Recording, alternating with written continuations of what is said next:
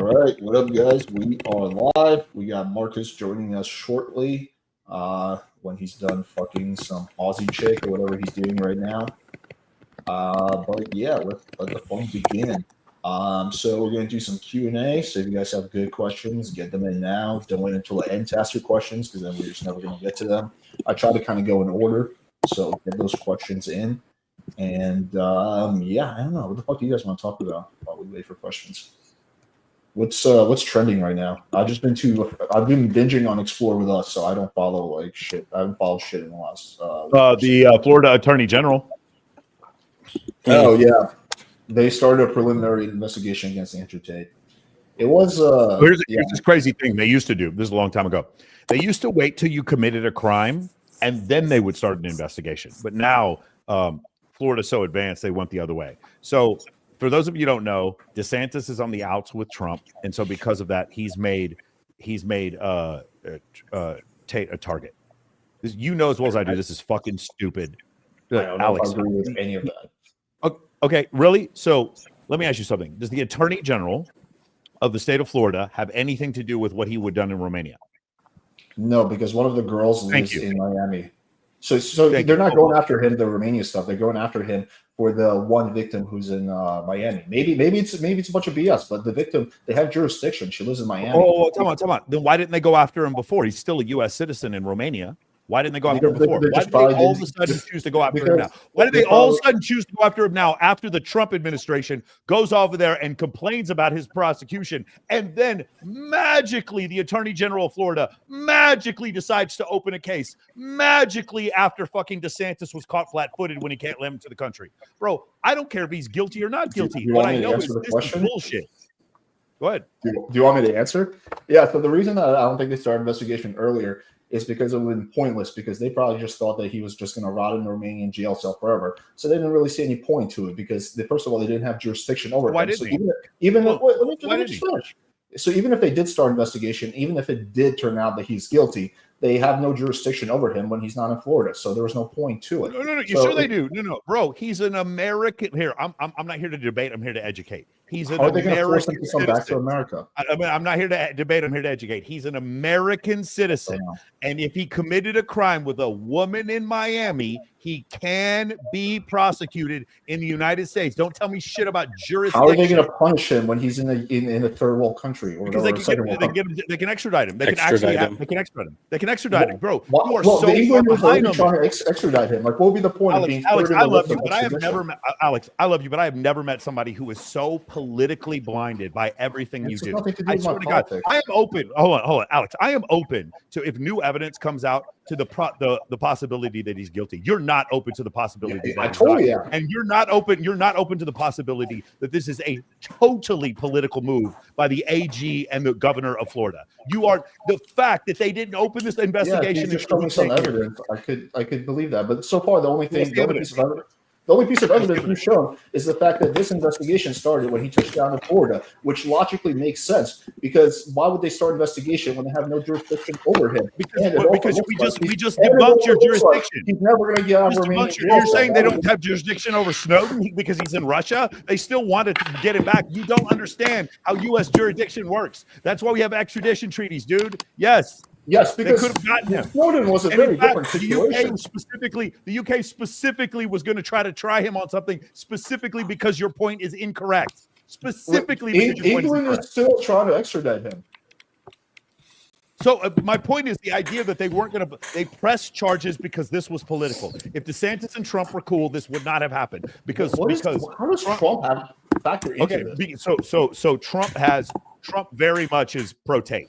If you haven't seen this, he very much is. And because DeSantis is on the outs with Trump, it's so funny. You can't see past that. Like, no possibility could that be the case. It must be that your fair and just Attorney General of the state of Florida, after your fucking moron governor said that, your fucking moron governor said, Andrew Tate is not welcome here. Bitch, you're not the king of Florida. You don't own Florida. He's a very good governor. My position is pretty neutral right here. It's like, hey, listen, I don't know if he's guilty or not guilty of whatever the fuck. I don't know if he's guilty or not guilty either. But I do know that it logically makes sense for the Attorney General to do this when he lands in Florida. That's my position. It would make sense for the attorney general to do this before he landed in Florida, and then use that evidence in cooperation with what was going on in Romania, and then get him extradited. That's what would have made sense. Prosecutors often don't.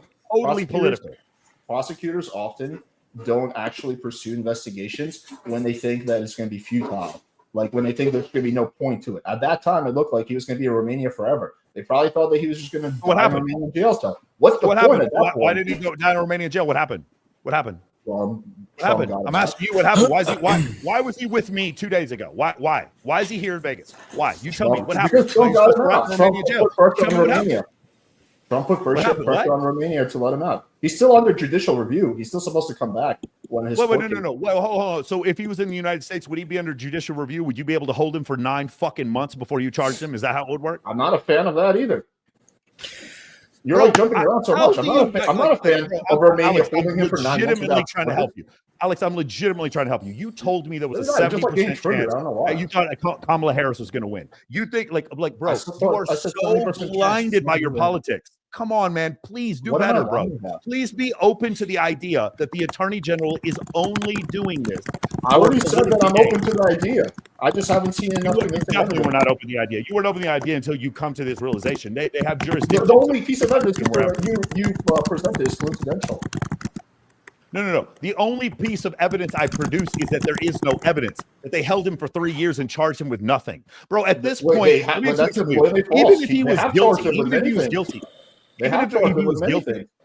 even if he was guilty in the United States, they would have thrown these charges out by now, because you have to shit or get off the pot. In the U.S., you must produce the baby. You have 72 hours to charge him. You kept this motherfucker for 9 months.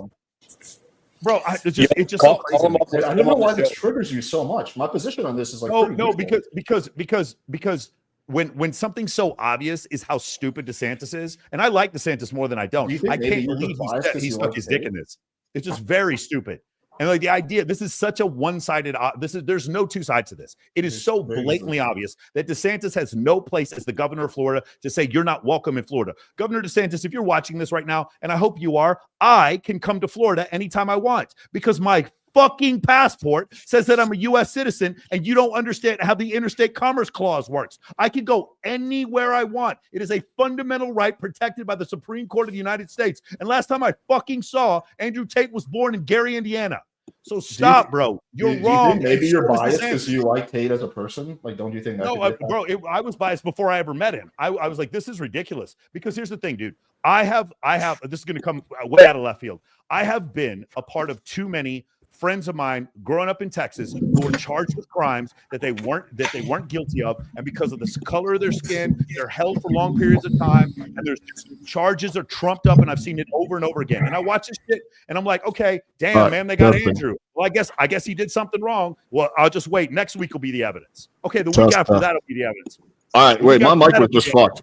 All right, yeah. So yeah, if you want to go down, you turn your mic gain down just a bit. Is it too loud? Is this better? Yeah. Yeah. Okay. It was really shitty before, right? Let me ask you a question. Wait, just hang on a second. Let me just fix my mic. Just Jesus Christ. All right, there we go. Is my mic good now, Austen? It's good. It's a little loud, but it's fun. Okay. Well, it'll make up for all the fucking shitty years of my mic sucking. Okay, so just a few things. Let me just go through like some things one at a time. So Andrew Tate was charged with many things in Romania. He's still under judicial review. So that's one thing. Then he's also being charged. So England's trying to extradite him. He has charges in England. The only reason that he was able to leave house arrest is because Trump put pressure on the Romanian government, because his son is a fan of. Because his son is a fan of. Wait, let me just finish. Let me just nothing to do with that. Got it. Just so we're clear. DeSantis has nothing to do with that. Trump. Yeah. I never said that. I don't know why. Like, we can't have a good faith conversation. Like, why do you insist on strawmanning me? Like, I'm not saying that, bro. You literally said that. You said, "What does Trump have to do with Tate?" And then I asked you a question. I'm not saying there's zero chance there's any kind of correlation. I'm asking you a question. There's a big difference. I don't know why you're getting so flustered and triggered about this. Let me ask you a question. In August of 2022, when he's charged with kidnapping of those girls, and then the video comes out where you see the girls go out and grab a pizza and come back, did you think that was malicious prosecution, or did you think that he legitimately kidnapped those girls? What do you think? I think that was a piece of counter evidence, yeah. I think in these situations, you have to weigh all the evidence pro and con. There's no smoking gun in this case. Thank you. Wow, bro, you better be careful, or your friends are gonna fucking disown you for saying that shit. Who are my friends? Bro, let me explain. Let me explain something. Wait, who are these friends? Who do you think I'm affiliated with? Any progressive that's in this space that automatically thinks Tate is guilty, I don't know if he's guilty or innocent. I'm open to either side. I don't know if he's guilty either. What I'm telling you is, I keep waiting for them to. The way that this case is goes makes me feel 98, 99, 99.9% that he isn't guilty because, and by the way, let me say one other thing. If Andrew Tate turns out that he had some funny business with money laundering, I don't give a fuck. I don't give a fuck if you steal money from a corrupt. What about him crypto rug pulling his audience? Do you care about that? I don't. I mean, a million people have done it. If you can show me that he absolutely knew that it was going to be a rug pull, then maybe. Yes, I can show you that. There's really good videos that cover this whole thing. He did it 3 times in the span of 2 weeks, and then he gaslit his audience and made it seem like it's their fault. Here's okay. I don't. That to me is different than human trafficking. I'm not saying it's the same thing.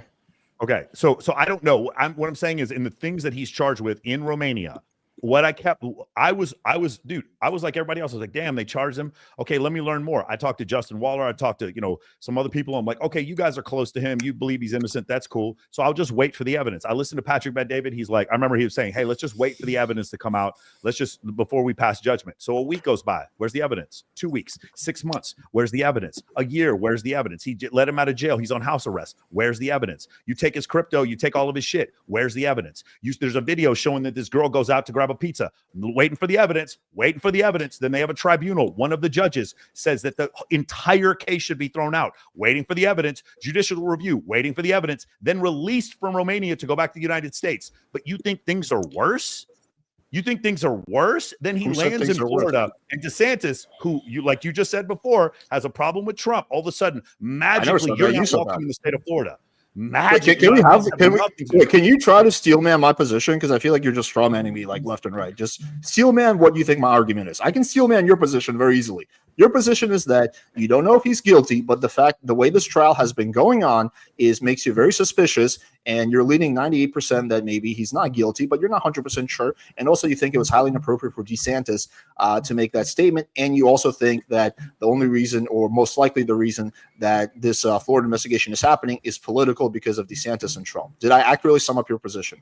Yes, and your belief. Try to sum up my position. And your belief is that the Florida Attorney General assumed that he was going to get convicted based on evidence that you haven't seen, and neither has anyone else, and that was going to cause him to have to spend a long time in jail in Romania, which didn't happen. And then when he came here, the governor, the Attorney General, I'm sure for no political motivation whatsoever, just decided of his own volition to try to open an investigation on a U.S. citizen that just came back into the country. I'm sure that's what happened.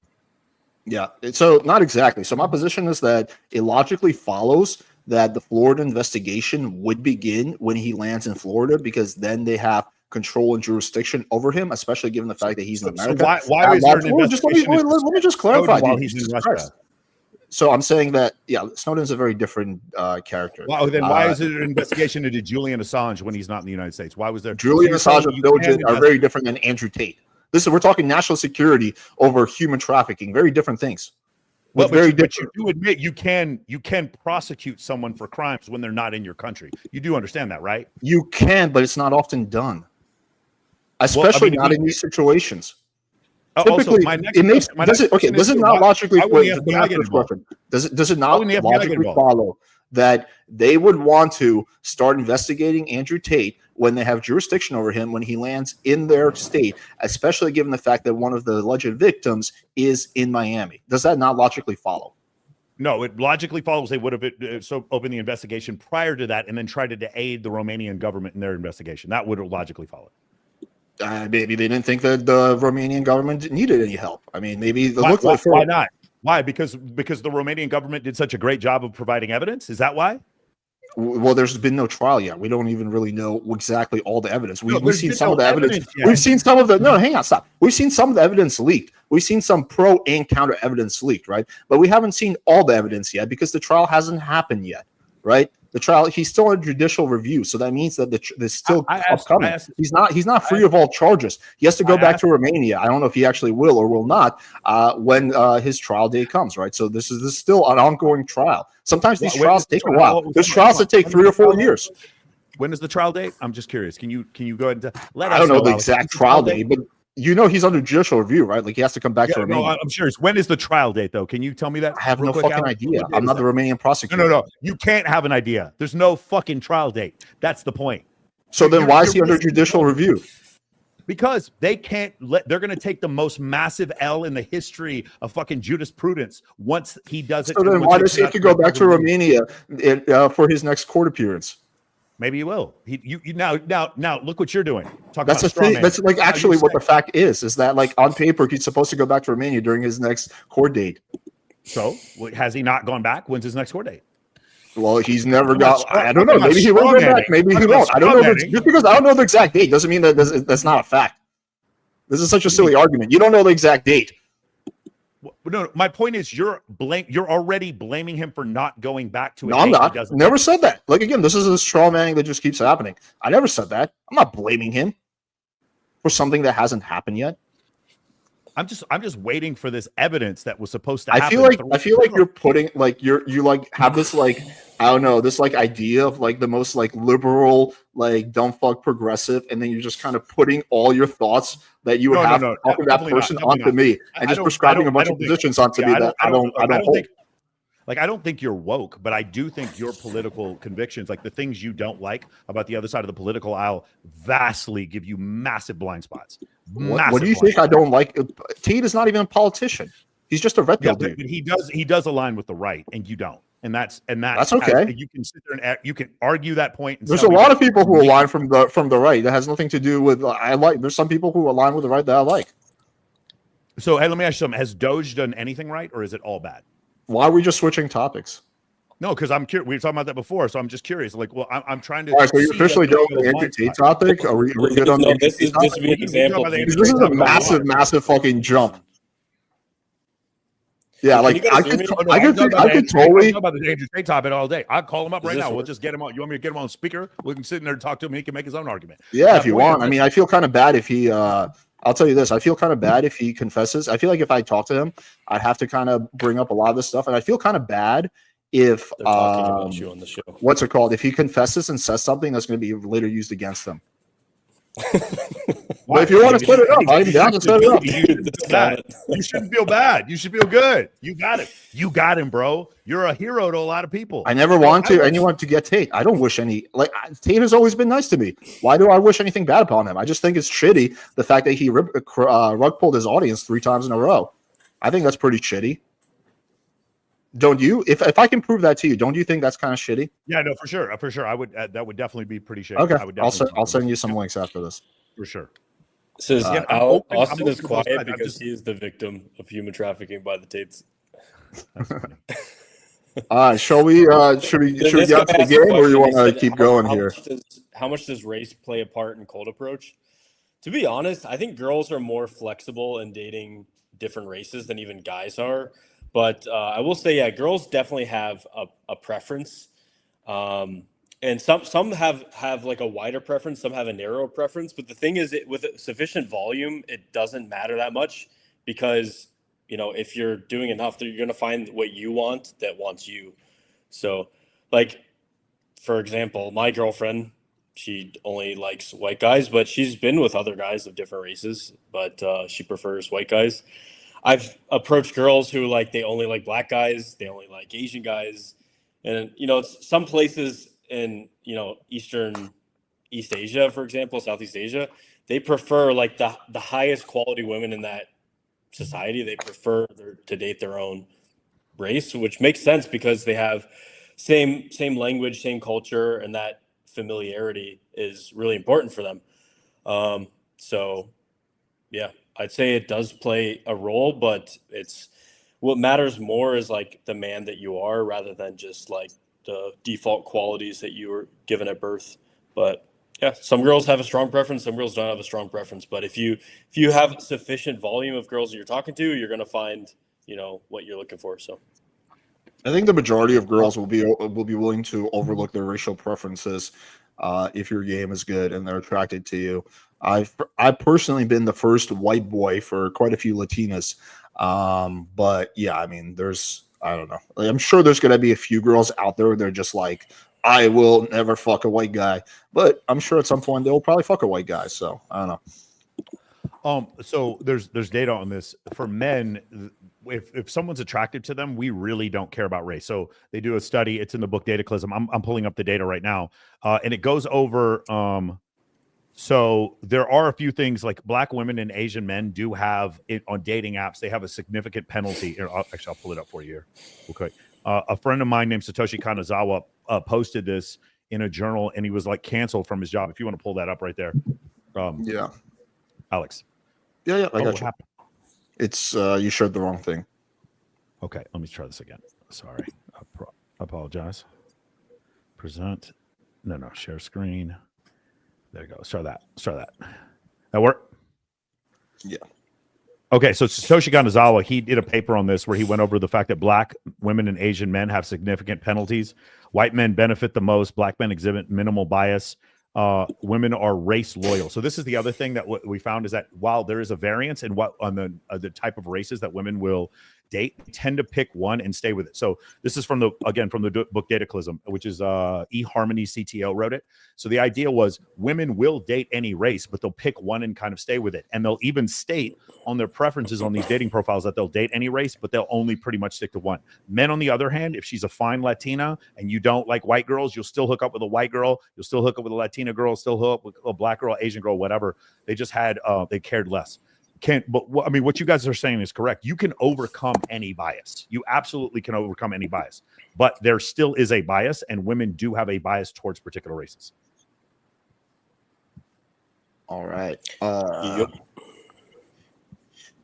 If you're at a party event and all the girls are mid, would you recommend pulling away just since it's all that place has to offer? Just call it off for the. I mean, yeah, just if you're not attracted to any of the girls, you can go to a different place.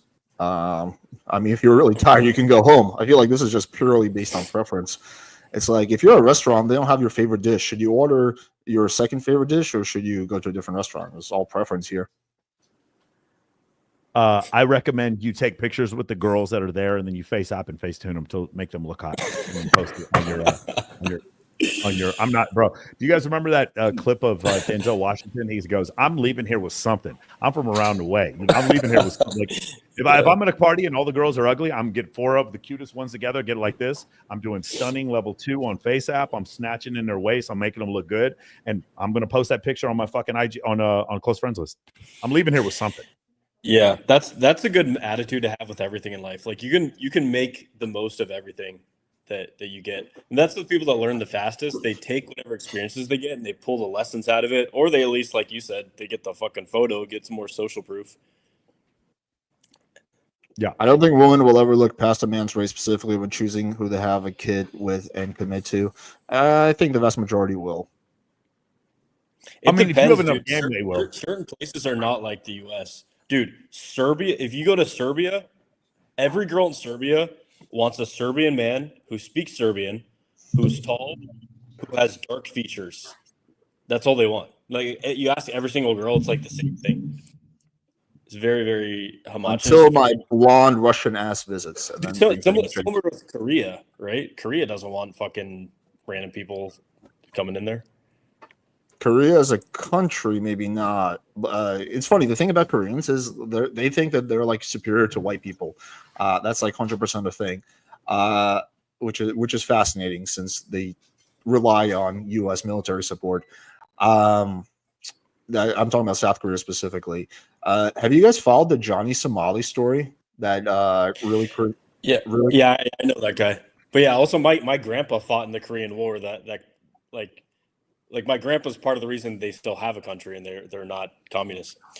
Yo, another check out this movie, The Unknown Soldier, 2017. I'll send it to you guys in the chat. Crazy. It's about how Finland basically defended themselves against the Soviets. Russia, yeah. Yeah, it was during World War II, but it wasn't part of World War II. It was like a separate conflict. Yeah, there was this one sniper in Finland who was like fucking unstoppable. There was the white. They call him the White Wolf. I forgot what the name of it was. I just read a book about him. White Shadow or something. The White Death. Yeah, the white. He killed 542 enemy combatants. Yeah, if you guys read he was 5'3", by the way. series, fun fact. The Johnny Somali story is pretty interesting. So, for give context, Johnny Somali is like one of those nuisance streamers. So basically, just like his thing is like going to different countries and just fucking with people, like just being a fucking pain in the ass and yeah. So he goes to Korea. And he decides to pull some shenanigans. He starts fucking with the statues, and then eventually, like, Koreans like get really pissed off because he's just talking shit about the country, and they like beat the shit out of him like multiple times. But he still keeps going. And then he also made some like North Korea references, and that's like a hard no in South Korea. Apparently, like they just like don't fuck with anything North Korea related. So now he's basically on trial. They put him in jail, and he's facing like potentially over 5 years in jail. And it's funny because you can see videos of him going to court, and he's just like still like super disrespectful, and just like everyone's like, dude, like you're gonna spend the rest of your life in a Korean jail cell. Dude, and those people in that jail will probably know who he is. Hey, and then he's gonna get the shit beat out of him in a Korean prison because no one fucking likes North Korea and South Korea. Look at the tab because I want to show you something else. Have you seen what he did in Japan and Israel before this? I've heard of Japan, not Israel. What happened in Israel? So it goes hold on. Let me get to the Israel part. Give me 1 second. You know they have an app now in Asia. That's where they can this is all cool, but this is like surface level stuff that happens after the fact. What happened in this guy's childhood and adolescence that made him do this? I will bet he was probably diagnosed with conduct disorder before, like in his adolescence. Yeah, but he's probably why? a sociopath. What caused genetics? Is it a combination of genetics? Maybe he's think it's genetics. Well, he's probably got some psychopathy, but not every psychopath is bad. Like, you know, most likely it's a hunger for attention. It's most likely a hunger for attention. He was physically assaulted in Israel also. See this? Oh, By yeah. the way, Michael, Jerusalem filming himself attaching images of controversial figures. Harvey Weinstein, Aiden Ross, and Jeffrey Epstein to the wall. 2 days later, Israeli authorities had detained him. Protest for sexually harassing a female police officer. 16 minutes after which he continued live streaming, falsely claimed to witness a man shooting a restaurant. During the stream, he ask as a follow-up what happened. Falsely claimed to have witnessed a man shooting at a restaurant. Jesus Christ, this kid is a psychopath. He is a psychopath. He justified his actions by stating they were permissible because he is an American citizen, displaying consent. Disregard legal troubles in South Korea. Disruptive behavior. Most controversial act where he kissed and performed lap dances on the Statue of Peace. Holy shit. Yep. Who's typing so fucking loudly? I think it's you, Austen. He showed up with an oversized MAGA hat on. Okay, I think I saw that. Yeah, they asked him to remove it, and he didn't want to remove it. Yeah. Wow. Now my mic's working. 5 years in prison. Maybe more. Yeah. There's an app now, I think directly inspired by him in Asia, where they can put bounties on influencers. So they put like $1,000 bounty. And this is designed so that, for example, if someone beats the shit out of the influencer, that these people will crowdfund their fucking legal defense. That's how fucking annoyed they are with like fucking American influencers. This is a real thing. I don't hate that business model. Some of these dudes fucking deserve it. Yeah, like I'm not a fan of like going to other countries and being like ultra disrespectful. A little bit of disrespect is okay, but like, yeah, like he takes it to a whole new level. What is your current assessment of the sexual marketplace? Do you believe dating is cooked? No, dating is not cooked. I don't think dating will ever be cooked. You can still meet great girls in America. They exist. They're everywhere. You might have a hard time finding them on Tinder, for example, but even there you can probably find some. But yeah, there's great girls all around. They're walking around the street. They're probably not hanging out at clubs, but they're just walking to the grocery store. They're doing their thing. So there's great girls everywhere. So yeah, dating in the U.S. is not cooked and will never be cooked. All right, Thoughts? No, I mean, I agree. I just think there's a software update, and you got to learn the software update. If you don't have it, then you're going to be behind a lot of other people. In that software update includes, people's perception about you, status, pre-selection, social media, stuff like that. There's just a new way that dating happens. You have to look like the bigger, better deal. Otherwise, you keep losing to the bigger, better deal. Okay. Do women like dating a tourist and still do long-term? It depends on the woman. I mean, some women don't mind dating a tourist. Some women do. Some women want long-term. Some women want a fling. I mean, yeah, there's. I don't know how to answer this. Yeah, it just depends on the woman.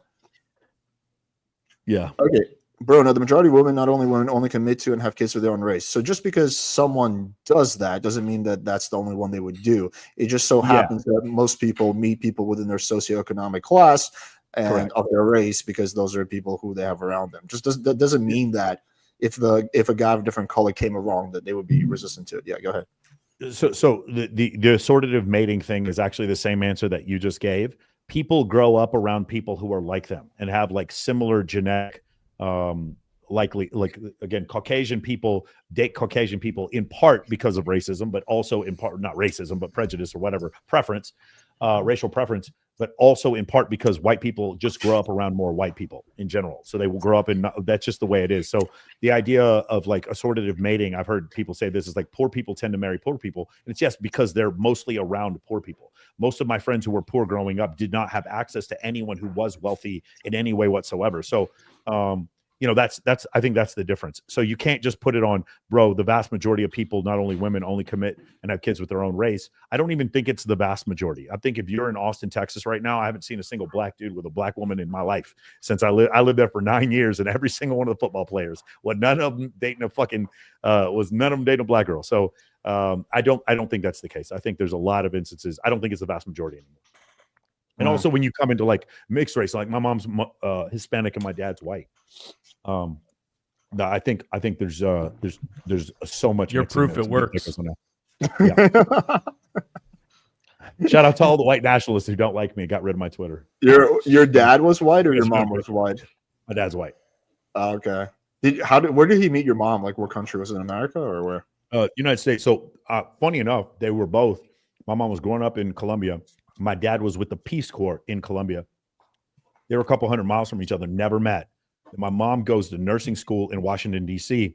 So in the 70s, you could get a work visa in the States if you were a nurse. We needed nurses. We had sent a lot of nurses over to Vietnam.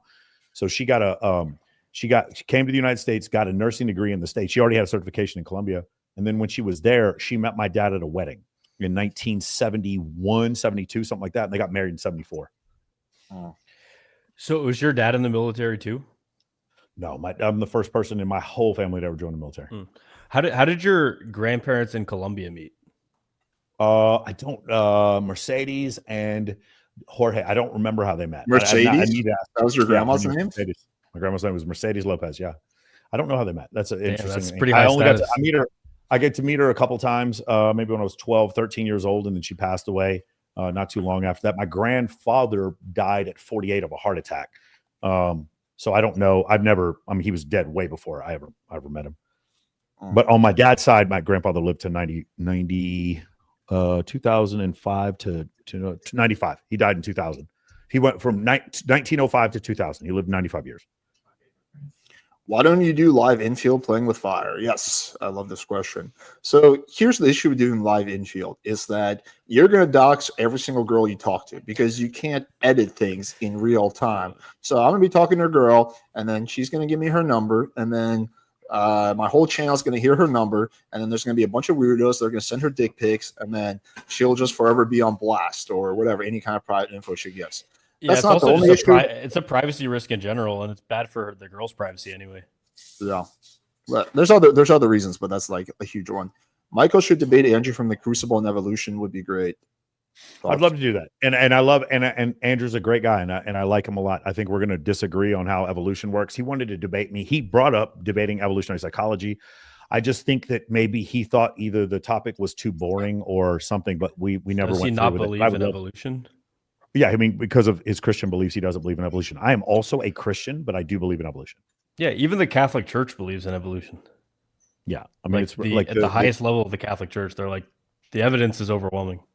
I'll see if I can make it happen. I'm not still friends with him, but I have a few friends who are. Yeah, well, actually, me and him did a debate like a month ago, so I guess most of the beef is buried.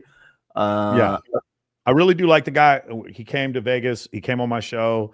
We had a bunch of laughs. We went to go eat together. We have a lot of stuff in common. I just think, I think it would be an interesting discussion because he's probably not going to meet too many people who are this versed in evolution and the Bible. And maybe he's way more versed in evolution than I happen to know about. But evolutionary psychology and natural selection are kind of my main hobbies. No, you know what you guys should debate is on having sex before marriage. He's going to disagree with you on that. Yeah, no, but he's not wrong. You are happier if you could find one woman and be monogamous, guys. You are happier. It's just fucking hard to do it.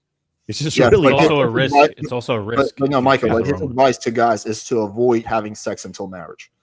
Yeah, no, again, I'm not going to tell you that there is significant advantages to what he's saying, but overall, I think in 2025, the disadvantages slightly outweigh the advantages. No, I think, but the advantage, but one of the advantages, huh?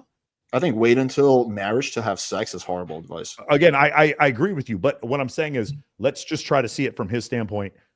Waiting until marriage, there are studies that show that when virgins get married, their marital satisfaction is much higher than the average population.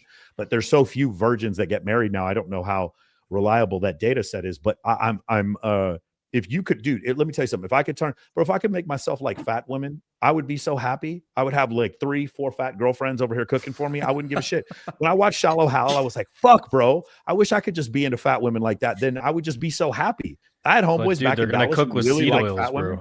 Yeah. Why you get wait? I don't get that. You get plenty of pussy. Like, what's the need? Like, you really need more? Because there's so much stuff that comes with it. When you're dating a girl who's like a huge model, then there's all this fucking shit that comes with it. Hate from dudes. It's still erratic. Even if I'm dating 6 girls at the same time, there's still an erratic nature to it. Whereas I wish I could just girls that weren't, bro. I wish I was attracted to mid-ass girls. My life would be so much easier. Have you guys ever walked into a restaurant with a girl, hold the girl's hand, and you walk into a restaurant with her, and then you look at guys look at you with the girl, and they just look depressed? Yeah, I've definitely seen that. I've seen guys checking out my girlfriend. I don't know. Most of the time, it's why the fuck is she with him? That's mostly the one I get. What are you talking about, dude? You're a Chad. No, you're half Hispanic, so you're protected class. Have you not read Twitter? Or not Twitter. What is it? Reddit? I'm 5'8". I think that's what it is. I'm not Chad. Yeah, what's the most off-base race that someone has thought you were? Has anyone ever thought you were part black? It's not off base, but I'm Middle Eastern. I get that a lot. But the thing is, if you look, Mongoloid, Negroid, and Caucasoid, they all meet. Those 3 racial profiles meet in the Middle East. Well, if you look at the Hispanics in the United States, it's the same thing. Mongoloid coming over the Bering Strait, Caucasoids coming over as Europeans, so there were 700 years of Arab rule in Spain. Yeah, for sure. That could be it too. But yeah, I get Middle Eastern sometimes. By the way, if I said that, I know maybe I'm not supposed to say those words anymore, Caucasoid and Negroid and Mongoloid. You can say whatever you want on my channel. It's not like I'm going to lose my monetization. That's your secretly short conspiracy theory always interests me because I've said publicly, I met him. He's probably an inch taller than me, so that would put him at 6 something. But people don't believe me for some reason. So no, I think they get energy from not believing you. That one isn't the one that bothers me. Of all the one that Michael, no matter what your height is, you are enough. Thank you, bro. Especially when you wear your elevator shoes. For sure, man. All right. Sure. Alex, Ron, you react to Wheat Waffles videos. Sometimes he talks and makes great points. I have reacted to many of his videos, well over 5. Austen, when is your video? Yeah, I released it. It's called the Destroying the Black Pill with Facts and Logic, and I literally go into all different types of science. I go into ethics. I go into the psychology of why these people believe this and what it does to them. How fatalism leads to depression, which often leads to suicide and just horrible life outcomes. And I detailed all. It's a 2.5 hour long video. most people are not going to have the patience to listen to a deep dive that much. But if you want to get if you want to fully inoculate yourself from this horrible, retarded belief system of black pill, I did the only deep dive on the internet on it. So that's not true. I've done deep dives on the black pill, but no one has ever done anything as close to what I have done. If you can set me up with a debate, then no one has gone as deep as I have gone. No one's ever done it. A debate with they looked at the video, they said, "Wow, this is deep." Austin. He's not going to do it. I've tried. I mean, doesn't that say enough? Dude, Wheat Waffles rage quitted our debate basically. Yeah. Oh, did he? I started talking about how this like harms people's lives, like this ideology, and like detailing it in detail. And he was just like, "Yeah, man, it's getting late here. I should probably bounce." Okay, do you guys understand? Like, so there's this part of like, hey, women don't like me because of race, because of height, whatever excuses that he makes, and then he does something that feminine, and then can't say, well, actually, women don't like you because you're a victim and you act feminine. You see what I'm saying? The biggest distinction that needs to be made in this to begin with is that the black pill is not just saying that looks are important. We can all agree that looks are important. We work out, we take care of our appearance, etc. It goes a step further, saying that it is responsible for 99 to 100% of your results in dating, and it's what's driving like all the attraction, which is clearly not true. And that you can build attraction. That if the girl's not instantly attracted to you, then you're just gesturing. It comes with a whole bunch of assumptions. Hey, Bucky said an inch taller than Alex, which makes me 5'6", and then he said, "Doesn't this piss you off that like Western civilization for the past 400 years or 500 years has been like a steady increase in our understanding of the world, and the past like 10 years has just been like a full like downgrade in many areas, and now we have to like recorrect like some things to just state basic facts." Yeah, flat earthism was never a thing like 15-20 years ago. This is even the ancient Greeks knew the Earth wasn't flat. 80s, but it blew up. It blew up. You're right. We were on 2015. But it wasn't common. I never met a flat earther until like recently. Like my uncle actually became a flat earther too.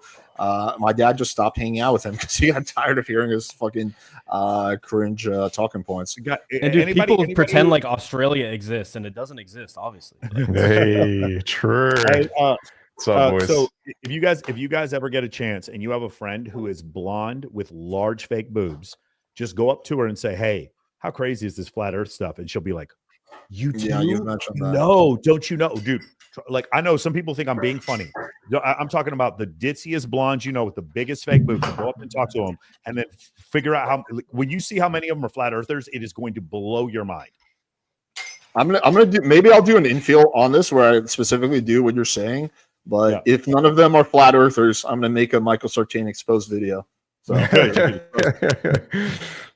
All right, bro. Just go out to any Trump supporter and see the amount of conspiracies they have. I reckon the world is getting more and more conspiracy pilled. To be fair, have you guys seen the new AI girlfriend update stuff? Is so that's crazy.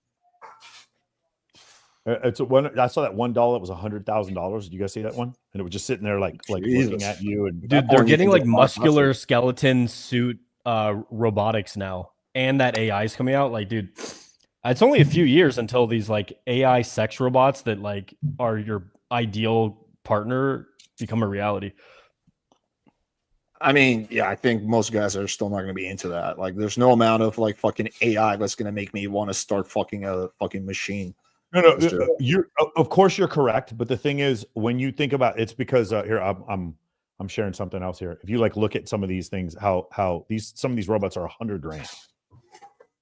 Okay, just be careful. There's no like tits or whatever showing. Yeah. There's. Oh, actually, let me do safe search. Hold on, safe search. Put it on blur. Yeah, it's off. Okay, there we go. Perfect. I mean, it's just like this. I saw the one that was actually moving. Was it this one? Yeah, Daily Mail. This was it. One of them that was like moving. 10,000 for a sex robot with an AI brain. It's going to be way more than $10,000, I think, initially. But let me tell you a quick story about David Bond. He got this sponsorship from the sex doll company, and just to make a video about it, they sent him a free sex doll to try out and like do a review on it. And he's done with women. He said it was somewhere in between sex and masturbation. He was like, it's more than masturbation, but it's not quite sex. And when we were at the AVN Awards or show together, that expo, he was filming for me, and he saw this like animatronic one, and he's like, man, this is the future. Like, he said he gets more tired from fucking a sex doll than sex, because when he's trying to like change positions, you have to like do all the moving yourself. You can't just like tell the doll what to do. So if it had like, you know, mechanics, it would be help those guys out. Let me address this. No one's gonna dock shit, so you can just move before she gives out her number. Okay, let's reenact this. So I cold approach a girl. I got my phone here. I'm like, hey, what's up? I just want to say hi. Oh, why do you have a phone in your hand? You see, I'm live streaming this to my audience. But let's just ignore that.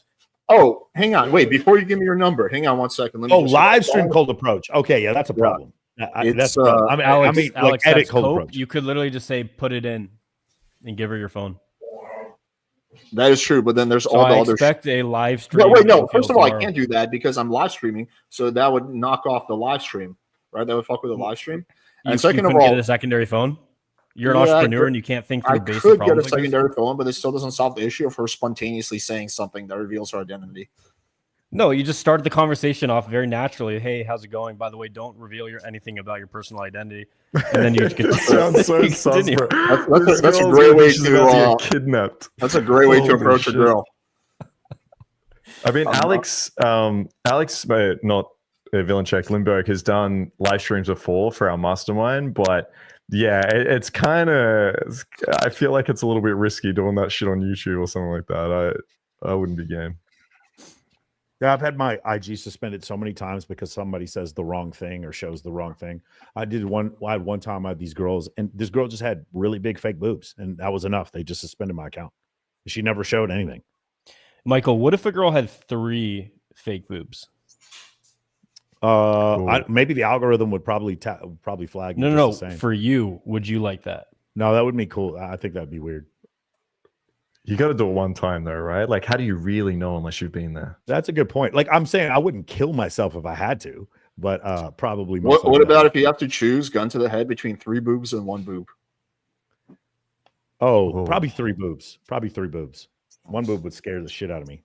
1 boob. Yeah, mono boob. That's scary. Is the 1 boob just like she's missing a boob, or is there 1 boob in the middle of her chest? Center, like a big center boob? of the chest. Big center of the chest. Boob. F cup. Cyclops boob. Bro, you gotta try it. I'd be down if there's a Cyclops boob out there. If you guys really wanted me to try it, it's like on a scale of 1 to 10, it'd be like a 2 or a 3, but it wouldn't be like a 0. Like I wouldn't be that'd be like an 8 for me, I reckon. I'd be down. You gotta try it.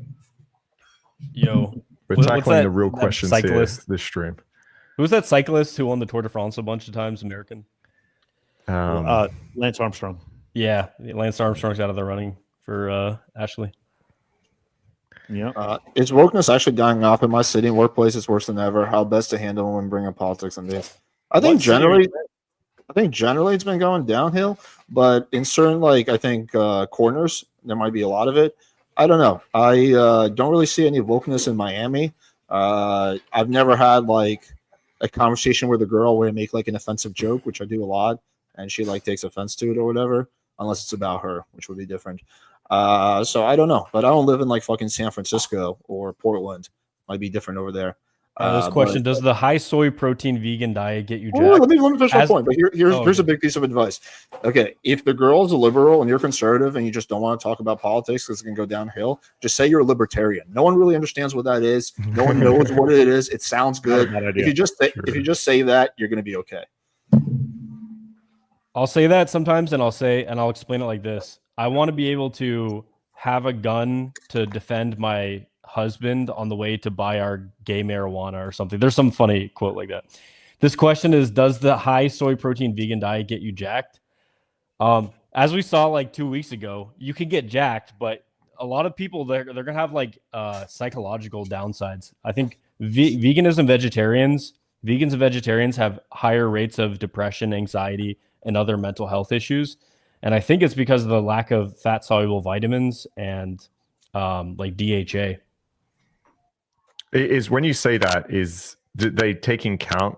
Because what I would imagine is among circles of people that are depressed, they're probably more likely to do all the hippie shit, right? Like, is this a causal I don't know. study that like let me ask eating Perplexity's deep research? Shout out, Michael. Yeah. Dude, Perplexity gives you unlimited deep research, whereas ChatGPT cuts you off at like 5 or 10 or something.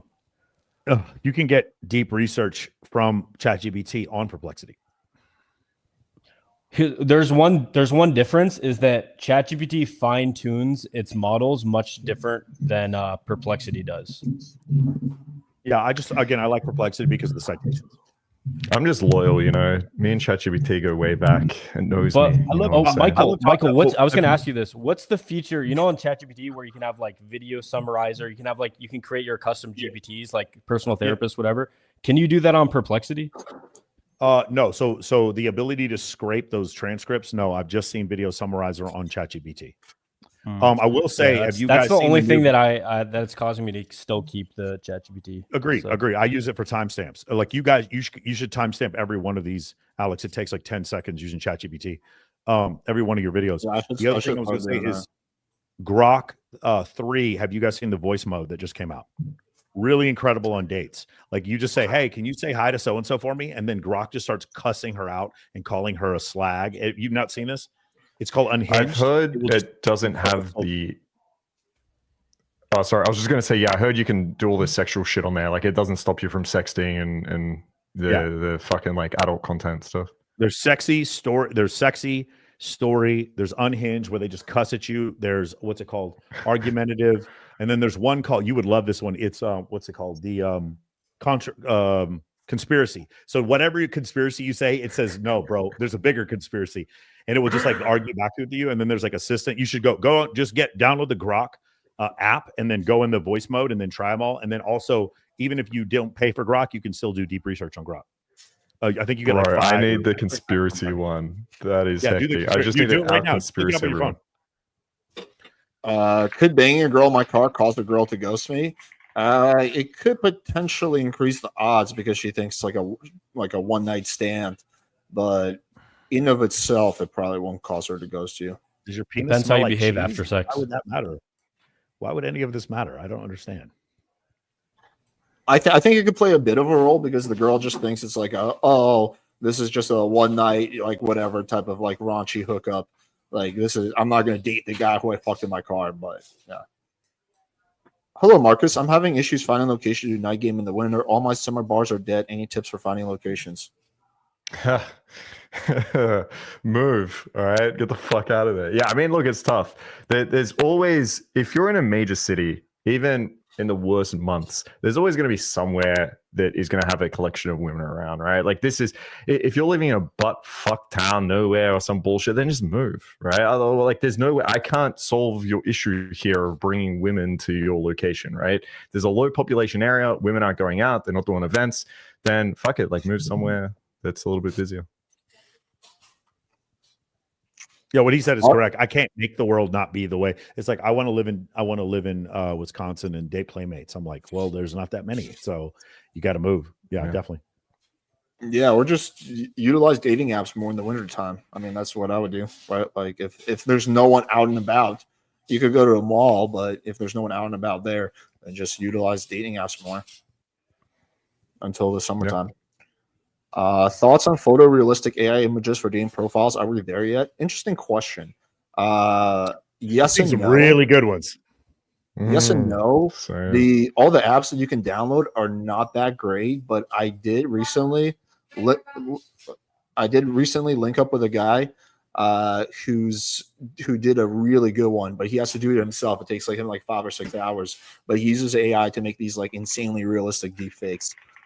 So I think it is there, but I think most apps aren't there yet. So I finished the deep research on veganism stuff. It's an interplay of both, that veganism, vegetarianism causes depression and anxiety, but it's also people that are depressed and anxious are more likely to become vegan and vegetarian. And when your friends make fun of you for being a weird vegan, then you get more depressed and feel more anxiety because your friends all make fun of you. But yeah, B12, DHA, and iron are the things. And also there's some other things: tryptophan, tyrosine, omega-3, and folate.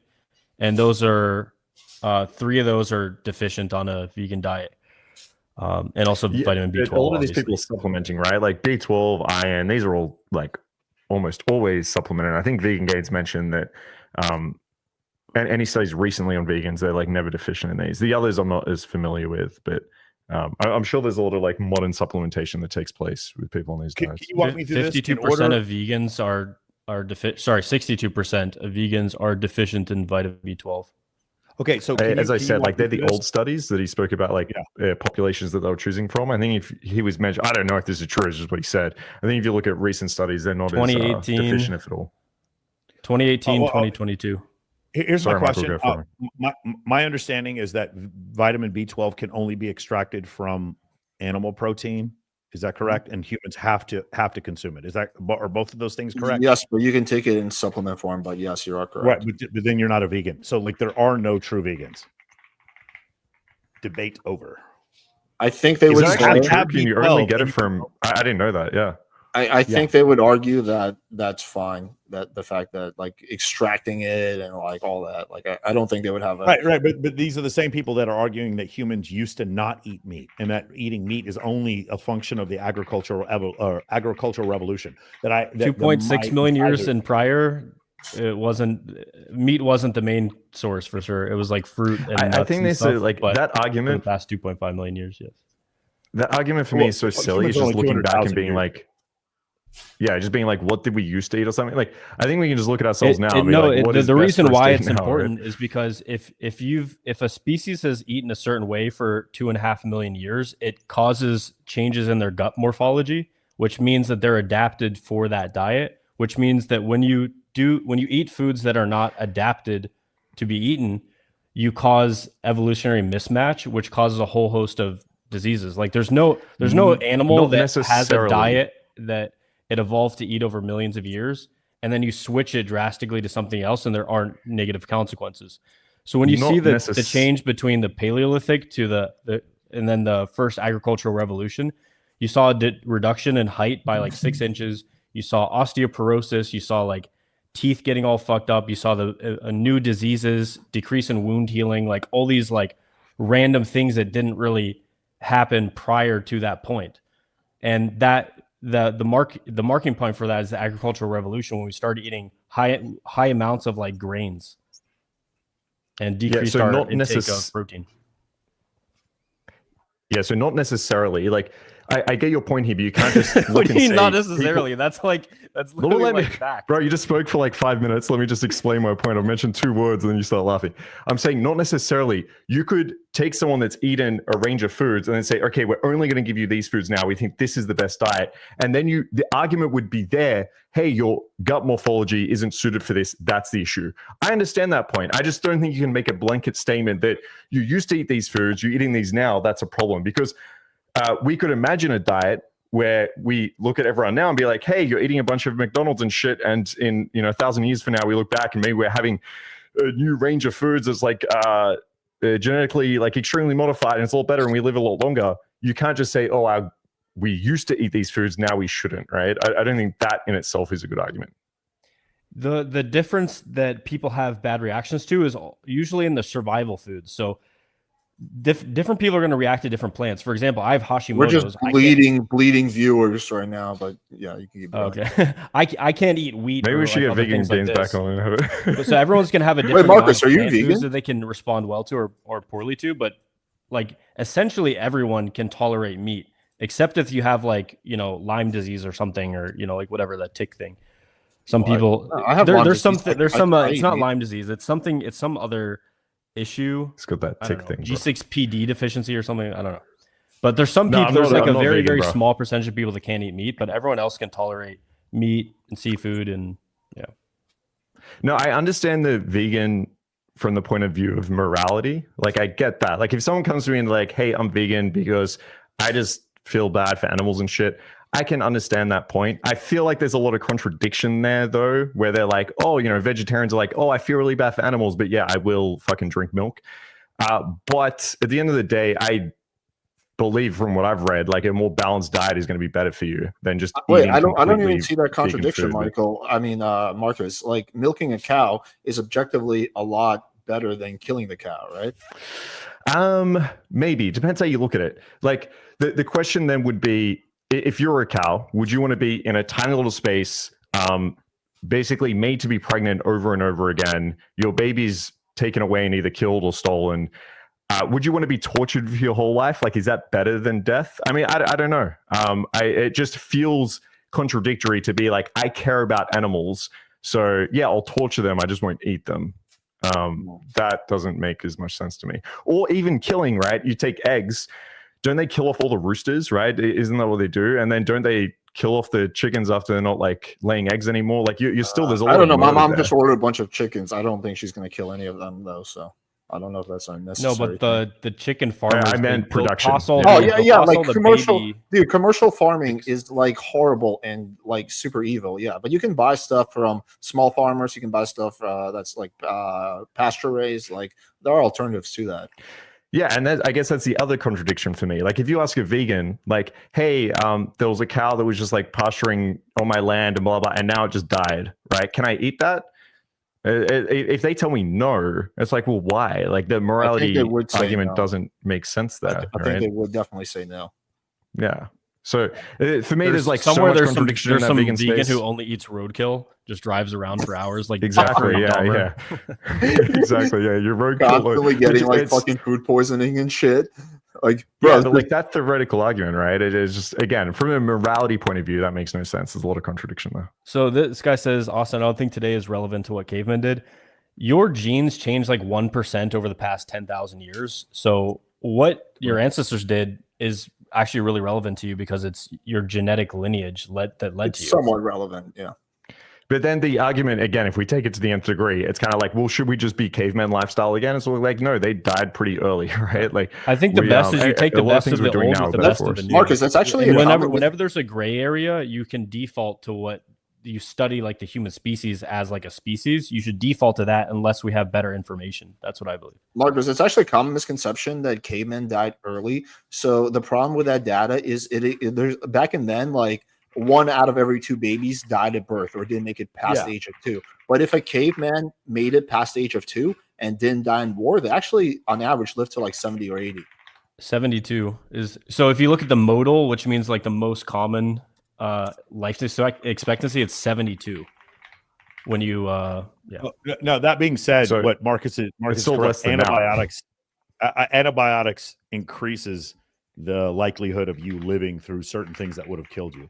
So yeah, I mean, for sure, like being able to set bones, etc., things like that. But yeah, what you're saying is correct, Austen. It's, you have to take the best of it. So like me eating less refined sugar and less processed foods, because that's why we call it the paleo diet, because the Paleolithic era, which is before the agricultural revolution 11,700 years ago, when we do that, our body should be able to digest it easier and get the carbs, sodium, fat, minerals that we need easier by doing that, as opposed to there's a great book by Jared Diamond, I believe it's called The World Up to Yesterday. It's about these ancestral tribes, and when these people come into contact with fast food, like rampant levels of diabetes, because they are so used to just killing meat and getting meat like maybe once every week or once every 2 weeks, and then gorging themselves, that once they had the ability to procure meat on a daily basis at McDonald's, they would become just morbidly obese. So that's what you mean by like evolutionary mismatch.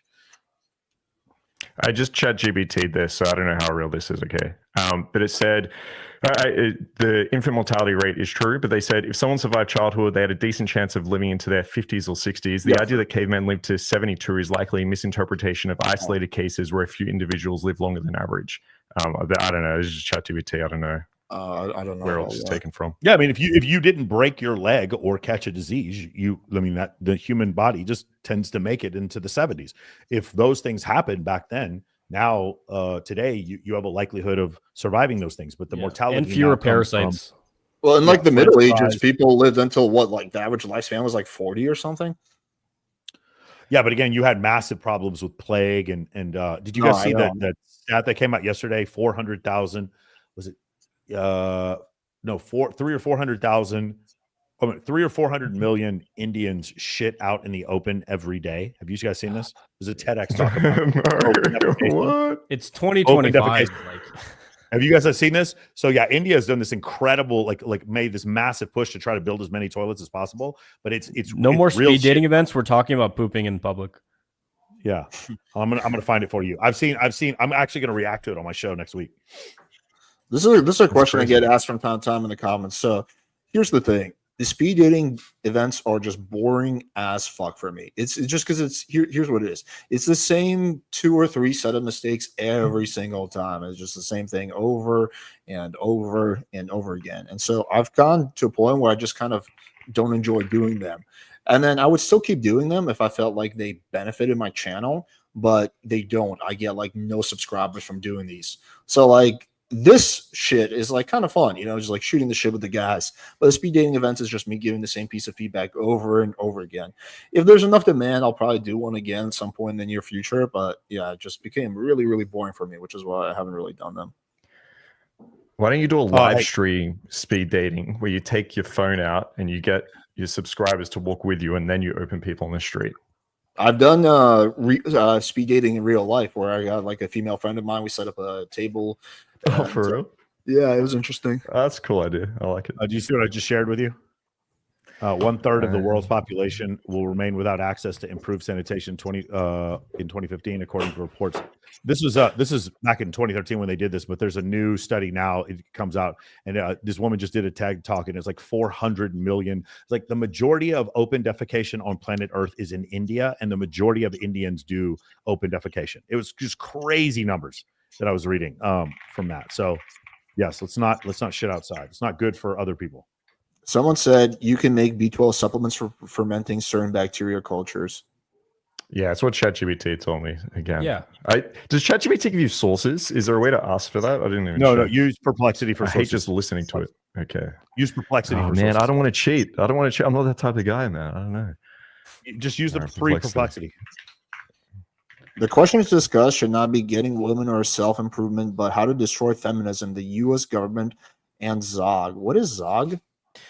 Why does no one want to take personal responsibility? Do you understand, like, part of being a man is taking personal responsibility for yourself and stop blaming everything on these like ambiguous external factors? Like, dude, you realize feminism encourages women to fuck guys. Like, they're literally helping you in some ways. Yeah, but they're mean. This guy's just conspiracy filled with the stuff. It's like even if the U.S. government, like, do you think the U.S. government wants no one to reproduce? Like, do you think that's like positive for the society? Doesn't make any sense. The governments around the world, the U.S. government has no control over the ultimate resource, which is humans. That's why all these different like countries are trying to attract foreigners with these different ways to get citizenship, etc. And there's literally programs in almost every country that's facing like these problems to get them to fuck. So like they want you to fuck. Stop blaming your lack of success on large external factors that you can't change in your lifetime. Well said. Well said. Alex, what is your opinion on race and dating? This is the biggest elephant in the room. Non-white guys have to maximize everything to be on point, especially black men like myself. Like, there's a lot of girls that. Bro, you're living in the wrong city, bro. I would understand if you were like Indian or something. Not really, but I think you'd have a stronger point. But there's a lot of girls who want to fuck a black guy or date a black guy, bro. Yeah, there's Alex so is many. Like, I don't feel like you being black gives you any kind of disadvantage compared to a white guy. I have a hot female all other assistant. factors. She only fucks black guys. All other factors being equal. So I don't think there's any elephant in the room. I don't think you need to do anything different than a white guy does. Again, there's plenty of girls who want to fuck a black guy. You like dating white girls? You're a black dude. Move to Austin, Texas. Move to Austin, Texas right now. You ain't gonna have no trouble there. Do that. Or Miami is another place. Vegas is another place. Like I totally and Calabasas. You can name any city in the Western world. Bro, it's just crazy. Like there's studies that show African American men actually have an advantage on dating apps. No, bro. Like I thought he was gonna say something else. It's like, oh, I'm Bengali and I'm 5'3" or some shit. No, you know what it is? The ultimate thing that we could give any it's guy cold out there having a fucking 8-inch schlong. These girls, they want like something a little smaller. They don't want that like big dick. It hurts. The ultimate thing you could give any guy would be the ability to not self-sabotage, not criticize yourself, and just take massive action. If every guy listening could just like turn off the self-tacking part of your brain and take a lot of action, you would have the results that you wanted. Yeah, that's the premise of that book, right? That you recommended to me. Which one? No More Excuses. Is like, okay. Just take action. You already know what to do. Just fucking do it. Stop making excuses. All right, let's see. I tried That's like the secret sauce behind everything. Even like weight, people losing weight or whatever. Like a lot of the time, it's not that they don't know what to do. It's like, how do you get yourself to do the thing that you know you need to be doing?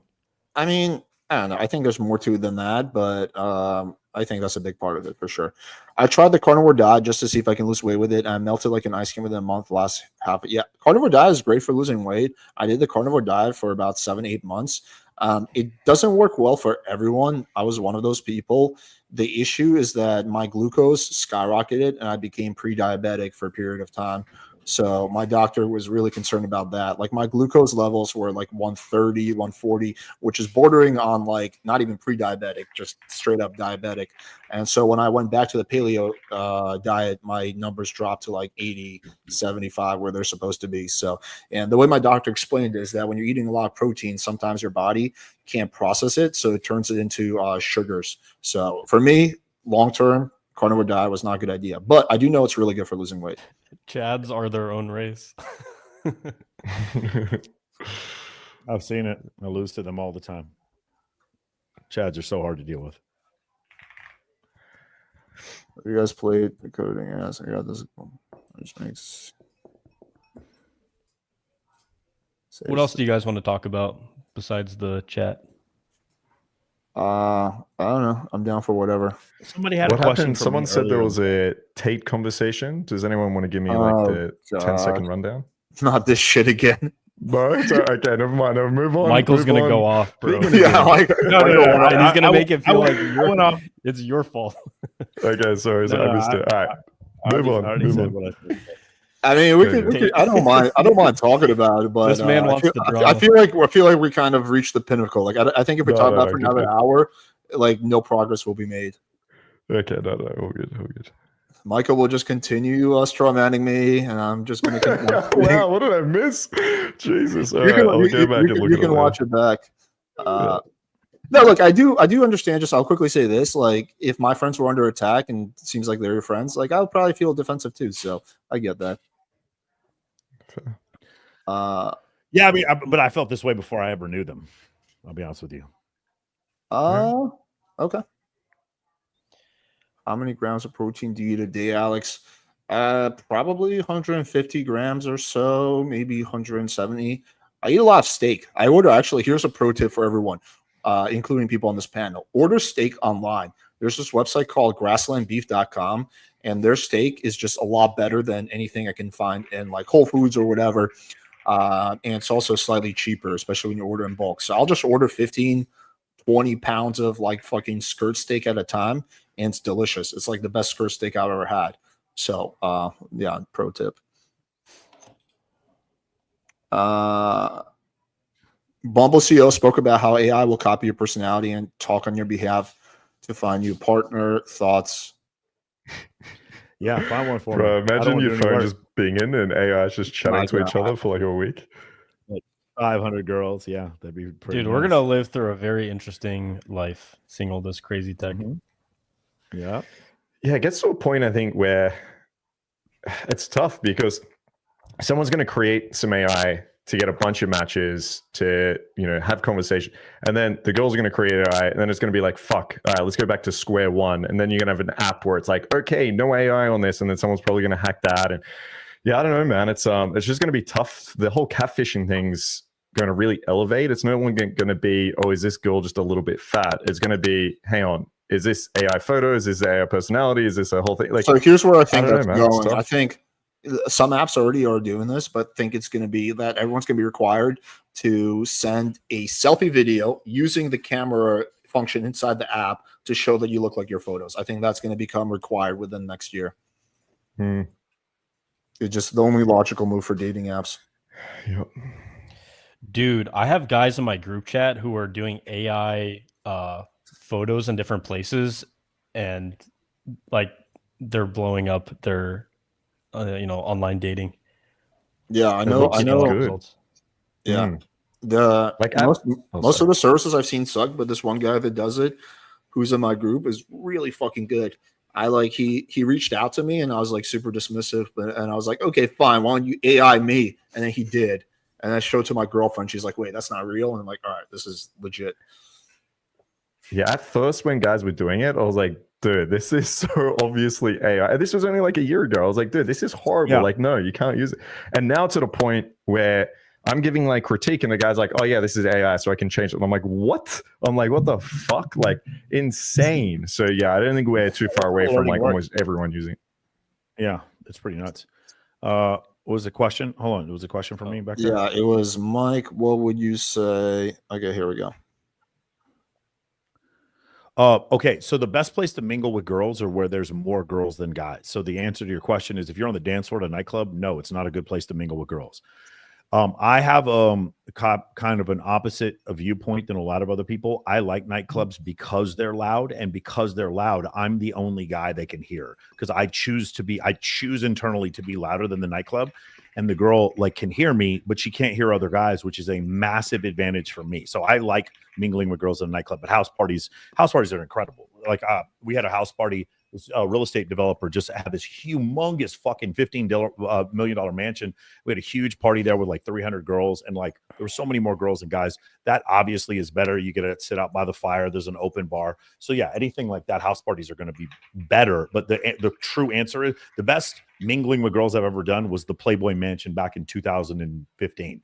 Is the Playboy Mansion like dead now, or what happened to that? Yeah, after no, they sold it. So near the end of Hugh Hefner's life, he sold the Playboy Mansion, but the way it worked is he had the right to live in it until his death, and then it fully went over to the new owner. He also sold a Playboy corporate in Chicago. He sold that off, and then I think he also sold off Playboy Plus. So Crystal Hefner, his widow, she had to leave the house, and Cooper's not involved there. I actually have a friend of a friend who owns the old house on Charing Cross. Can you show your AI pics, Alex? Yeah, I'll show a few. All right, 1 second. These are really good. I don't actually use these, by the way. I just think these are really good. So this is fake. This is AI. Why did you AI a photo that you could have just taken to Miami? That looks like I didn't AI this. What app did you use for this? I like I said, I didn't do it myself. It was the one of the guys in my group who reached out to me. But wait, I fucked it up. But yeah, it looks real, right? Yeah, but it's not even that big of a flex. You're like at some person's balcony. Yeah, I know. But like the AI pics I'm talking about are like people are like traveling to like France and stuff when they're like just in their mom's basement. Yeah. I'm not gonna AI fighting an elephant. Again, I didn't AI this. This was someone who did it for me as a demo. Wait, let me find another good one. 1 second. I just don't want to like dox his identity. Yo, Tommy, come say something in your language. Okay. I'll answer this question in the meantime. Regarding women, is being energetic, goofy, and quirky a huge turnoff, even if you're having a good time? For some women, no. For some women, yes. I'm very. Oh yeah, say something in Australian. G'day, cunts. How you fucking going, you bloody poofters? Bloody poofter cunts. Beg your pardon, you fuckwit. But yeah, hello, gentlemen. How are you today? To be honest, I think it's just you got to be authentic to who you are at a certain level. I call this like phase 5 of the game as part of its naturalization. It's like I'm very energetic and goofy and quirky, and if I'm that way, I'm gonna attract girls that are also that way. It doesn't mean I don't have any masculine qualities. It doesn't mean I can't be like serious. It doesn't mean I don't have any boundaries or whatever. You got to be a balance. It's got to be a balance of everything. But I'm not gonna mute my own personality that women naturally find attractive. And I can find the ideal woman for me just so because I want to be some ideal that I'm, I think that I should be. I don't know if I explained that very well. I'm kind of sleepy, but yeah, you just have to build sexual tension. As long as you don't forget about that, you're fine. Yeah, when you're seducing a girl, you're not like if I'm getting head, I'm not going to be like, whoa, what's going on down there? I'm gonna talk. He's like, not much. Still trying to find it. Where is that guy? Best place to meet nerdy women. I don't think pre-selection necessarily works on them, Michael. Yeah, absolutely. That's incorrect. Pre-selection, literally, Mac and Murphy just pulled out a video pretty recently where he goes over how much more women are attracted to men who are married or men who are taken. Goes over this. I saw one study. There was a variance of something like 31% where women found men to be more attractive when they were taken versus when they were single. There's numerous other studies. Southwest University in China. If you guys want to check out scientific reports, they have a ton of studies on mate choice copying in humans. The University of St. Andrews, and then what's the other one? I can't remember. I believe it's the Royal Society. All have studies that they've done recently. Texas Tech University has one, and they basically all show indefatigably it's immutable. It's completely unequivocal. When you are with women and women see other women approve you, you just get so much more attraction from women in general. Now, doesn't mean they're going to throw themselves at you, but I've seen guys overcome. Again, I have a client who's 4'11" who just bagged a super hot chick because of the fact they constantly see him with other girls. Paid her no money, nothing like that. It was just one of those situations where they've been friends for a while, and every weekend he'd go out, he'd always have like 6 or 7 girls with him.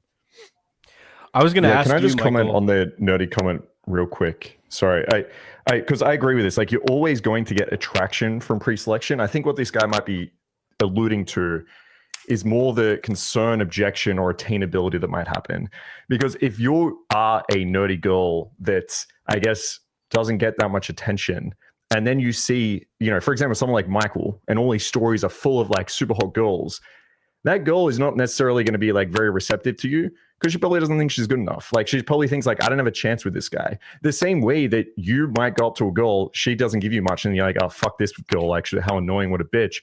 So the girl might already be thinking that. So if you have girls that are a little bit more insecure or a little bit more shy, you can still use pre-selection to create that attraction, but then you're going to have to soften yourself a little bit or show some intent or make her feel a little bit more trusted, that you're not just going to be like some fuckboy that doesn't give a shit about her. So that's the only thing you'd keep in mind when it comes to like a nerdy shy girl.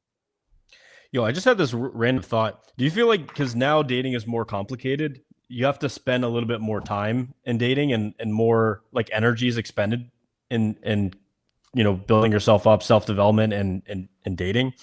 Do you feel like that makes society less prosperous because like a large portion of people's time is spent dating, whereas like back in the old day, you get married 14 to 16 and you just contribute to society after that? No, because from the studies I've seen, that sexual selection is even stronger than natural selection. So people will do a lot of things, start businesses, create, invent, at least partially because they want to get pussy. So I think if it wasn't for for women or dating, that like men would just not bother doing most of the shit they do anyway. Yeah, but most of the billionaires are becoming billionaires after they're married. There are some stats that you improve like the amount you earn after being kids. married, but it's hard to say, because I kind of agree with Alex here that a lot of the motivations are probably for dating or for the girl. But I think what I'm there's a saying balance is like, there where you settle down, you want to look after your family, you probably spend more time. I would have never gone down this whole road. I would never have a YouTube channel. I would never stop being a victim if it wasn't for my initial desire when I was in college to get laid. Like, none of this would have happened. There would be no playing with fire. There would be no fire text. There would be no this conversation. Like, all of that started. And then a part of like learning to be better with women was like, oh, Tyler says you should read some self-development books. Let me read that. And then that just kicked off a whole thing. So I don't know, at least for me, that played a huge role. Oh, and I guess with the dating market the way it is now, women are probably investing more into the economy too, as in like they're having careers and whatever. Again, the argument is we have less children now, which is a huge problem. But yeah, I don't know. There's like both sides to this. I'm not sure which is better. Yeah, you could make the same argument that all the money we spend on childcare then also doesn't benefit the technological advancements of society. But yet those technological advancements are so that we can acquire. You need humans. Correct, but you're extrapolating. You also need women to make humans, right? So like if you go back far enough, all selection. But what I'm saying is most people they would date for like what 2, 3, 4, 5 years, settle down, have kids, as opposed to what we're doing is like dating for like decades. Well, I'll tell you if women. But what I'm saying is society in general. Society in general now because it's more competitive. if you were going to say, the pickiness of women has to do with a lot of guys not being able to settle with one girl. Like, they either don't live up and can't get a date, or it's a situation where they meet a girl and then he doesn't fit the bill and then she leaves him. Like, those things tend to happen more with women, just because it's parental investment hypothesis, basically because women have more to lose when they have babies with the wrong people. That's the reason why they're more picky. And that's the reason. So because of that, we're never going to get to the point where it's nobody's fault. It's just a function of evolution. We're never going to get to a point where everybody can just like find someone when we're 18 and then just go off and settle with them and stay with them for the rest of their life. We just can't do that, because there's not enough women to go around to make that happen. Wait, there's not enough women to go around to have for every guy to have a partner? There is, in encouraged monogamy or arranged marriage societies, there are enough women, because obviously you're going to have the same amount of men as women, unless we're talking about like China with the one-child policy. But the problem is women do not evenly distribute with their desires. They tend to aim their desires upward. Some will say far upward, some will say not that far upward, but they don't aim their desires across or down.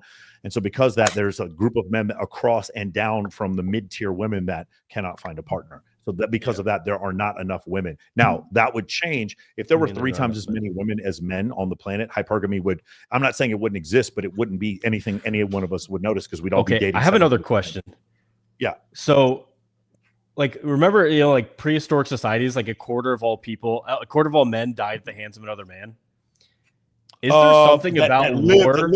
Is there something about war that creates a decent dating dynamic? Ratio? Yeah. So again, dude, if you want to get into this, read Dr. Buss's books. He goes over this concept of like war causing there to be.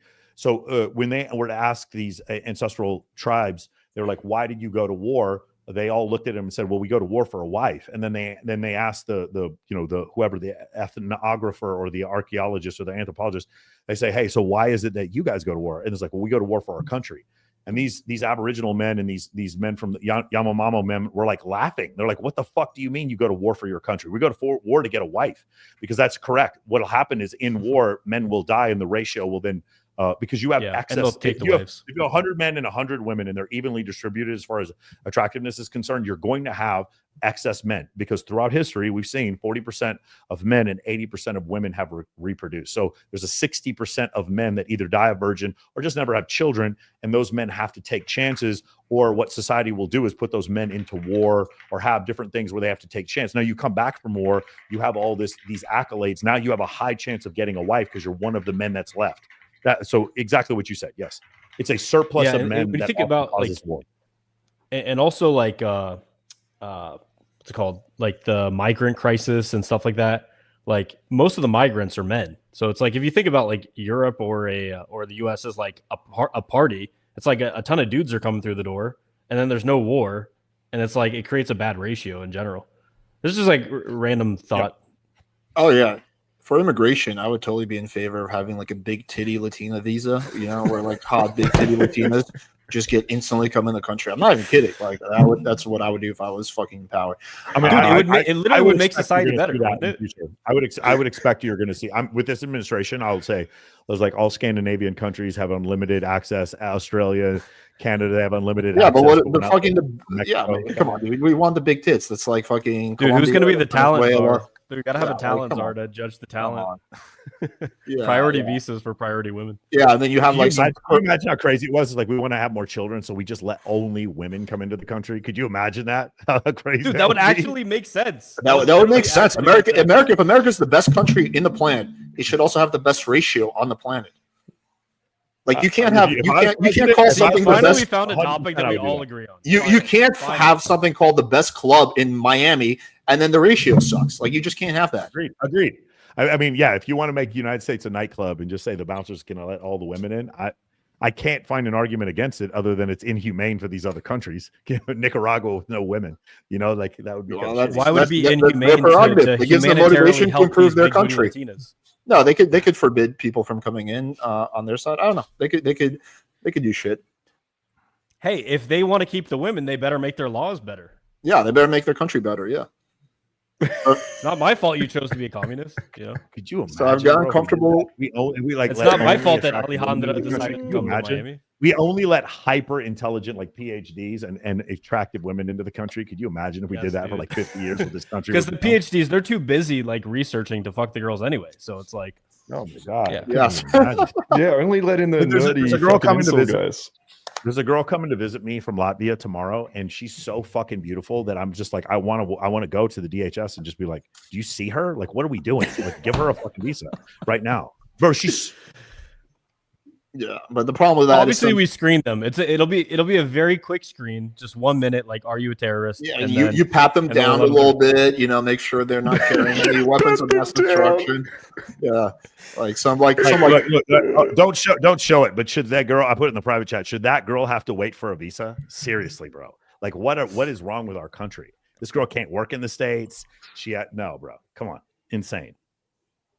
Yeah. All right. So I've gotten comfortable approaching, but I feel a difference between the girls I'm going after and really hot girls. What do I need to understand about hot girls to make things work? Probably we're going to have some disagreement. I don't think hot girls are radically different than any other type of girl. I think probably the biggest thing is you're putting them on a pedestal in your mind, which means you're playing it more safe, which means you're more nervous around them. You're more afraid to take chances. I think hot girls have more options. That is true. But I think any girl who's like 6.5 and above has a shitload of options. There's not really a difference between 300 options and 800 options a day. So yeah, that's my take on that. But of course, you're right. The answer is that the girls aren't different. You are different around the girls. Now, I will say what you said before. More attractive women, it's not that they're more arrogant or crazy or what. More attractive women are more susceptible to stimulus depending on the situation they put themselves in. I've dealt with girls, like I said, when I was at the Playboy Mansion and I would meet girls there, they were so used to stimulus that it was like I knew when I was talking to them that I was going to have to compete with athletes, celebrities that were literally there at the mansion. But like whenever when I met my girlfriend who lived in Southwest Arkansas, when I first met her, I didn't have to deal with any of those. I didn't have to deal with any of those vicissitudes. I didn't have to deal with any of those distractions and all that stimulus. So I've said this before. I think the number one thing I would look for a long-term partner from a woman is her necessity for stimulus. How much stimulus does she need outside of our relationship?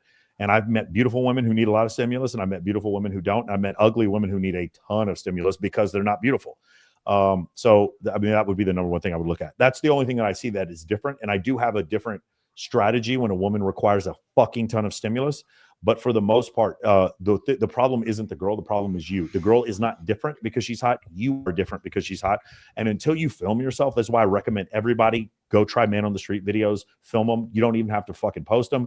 I recommend everyone try it. And then when you catch the flamboyant movement with your head, or they're like, yeah, wow, that's so great. Yeah. I saw that shit doesn't work. And I couldn't fucking believe it. I was like, dude, I was talking to the guy. He sounded normal. I was like, that's amazing. Let me see your dress. Spin around. Yay. I'm like, bro, what the fuck happened to you? But because they did the man on the street video, then I explained to him, no, dude, she thinks you're homosexual. But he didn't understand. So I recommend everybody do man on the street videos, film yourself. The reason why I say man on the street, doing a hidden infield is going to get you in trouble. But you need some, like we do on my Tuesday calls, my guys jump on and then we review man on the street video so we can see what's going on. And guys like, I don't know why girls don't like me. And then I watch him do the interview. Hello, what do you like, boys? And he sounds like weird as shit. And he doesn't understand what he sounds like. And we explain it to him, or he's too quiet, or he's afraid to put the microphone in the girl's face, whatever. But you don't know that. I can't get that feedback or you won't get that feedback unless you watch yourself on camera. Yeah, these are called blind spots, and everyone has them. Yeah, I completely agree with that. It's like, even just if you just want to get started, just fucking put your phone on record and just listen back to how you sound. It's like the easiest place to start. But yeah, agreed. Like, make sure you're not acting different around hot girls, and then from a mindset point of view, and then from a behavioral point of view, yeah, just keep in mind, as Michael said, these girls are used to getting a lot of attention. So if you go up and all you're doing is just giving her attention, it's never going to work. You usually have to be a little bit more indirect, build attraction up. But yeah, make sure you're not acting like a pussy around them just because they're hot. The comment that was put up, They're vetting people. The gold card costs 5 million. They're vetting the people. So maybe, but it's gonna be mostly fucking old dudes. But dudes, that's gonna be dudes. Yeah, that's the problem. Like I'm fine with the gold card. How about this? Every time you have a gold card, then there needs to be a woman who either has a nursing degree or is fucking hot as shit that gets in the country with every gold card. That'd be fine. 1 to 2 ratio. So pay 5 million, bring 2 hot girls in with you. Yeah. Again, let's turn the United States into a nightclub. Exactly. Yeah. I don't have a problem with like a Hollywood Hills party. Let me say something.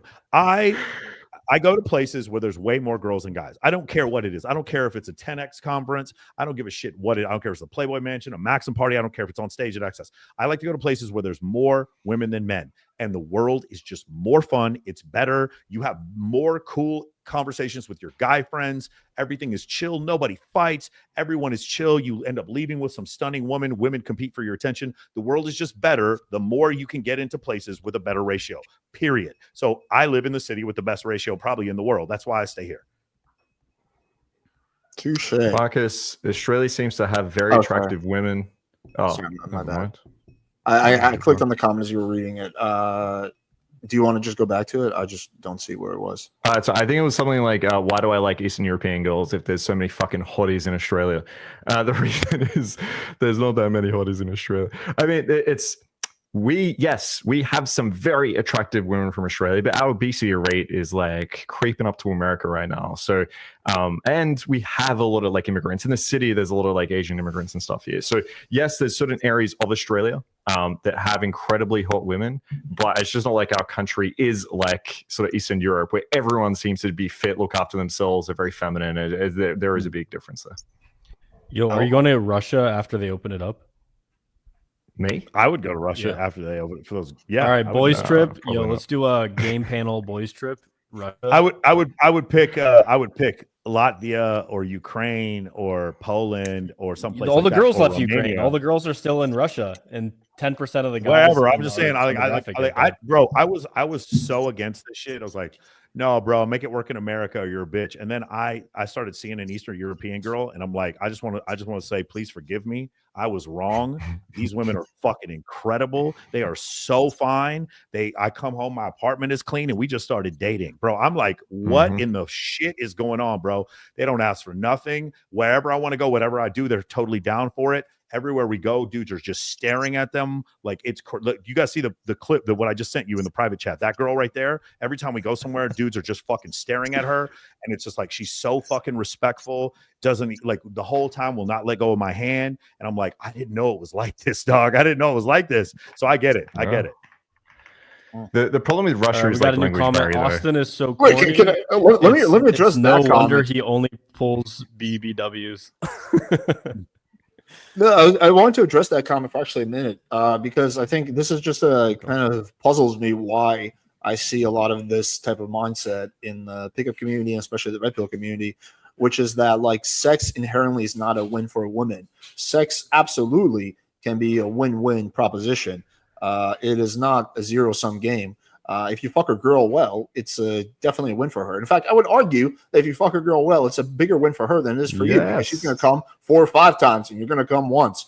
So, like in a porno, who's screaming at the top of their lungs? Is it the guy? Oh my God. Or is it the fucking girl? Like clearly one of them is having a little bit of a better time. So, so I don't think you need to like entice the pot. Like I don't think you need to give her anything extra. I think just literally if you just fuck her well, that's giving her already enough enticement as it is. So I think this is just I think that mindset comes from a lack of perception of your own value. Like a lot of guys just don't think that they have any value. No, it comes from not understand. It comes from this idea that women inherently don't really like sex that much. That's and it's a very silly mindset. I see it in the red pill a lot. Like oh, you need to give a girl some other incentive besides just your dick. But women love because they don't think that they're enough. Yeah, okay. It's both, but yeah, it's both. Yeah. All right, let's do like a few more questions. Hey Marcus, what do you think the realistic body of girls 18-29 is? I hear every girl sleeps around. Oh, I think he's saying, what's the realistic body count of girls 18-29? Oh my God! I mean, you can just look up this data, right? Like, what it's probably like 5 or something if you look at this data. Now, you could argue the girls that are going out. Yeah, so you're not asking about realistic body count of girls. You're asking a realistic body count of girls that you bump into and find attractive. That's what you're asking. So, and for that group, I'm going to say in excess of 20, maybe 30, somewhere around there. I don't know. I mean, this is where we're going to disagree. I think like, am I lagging a little bit? Look, the average is like 5, and I agree. Like, if you go out to a club and there's a girl that's like promiscuous there, and she seems like she's super open sexually, then yeah, it's probably going to be like 20, right? But I did a year where I tracked everything. It was like leg count, the amount of time I spent with the girl, like what objection she came up with, and between me and Alex in that year, we slept with like 250 girls or something.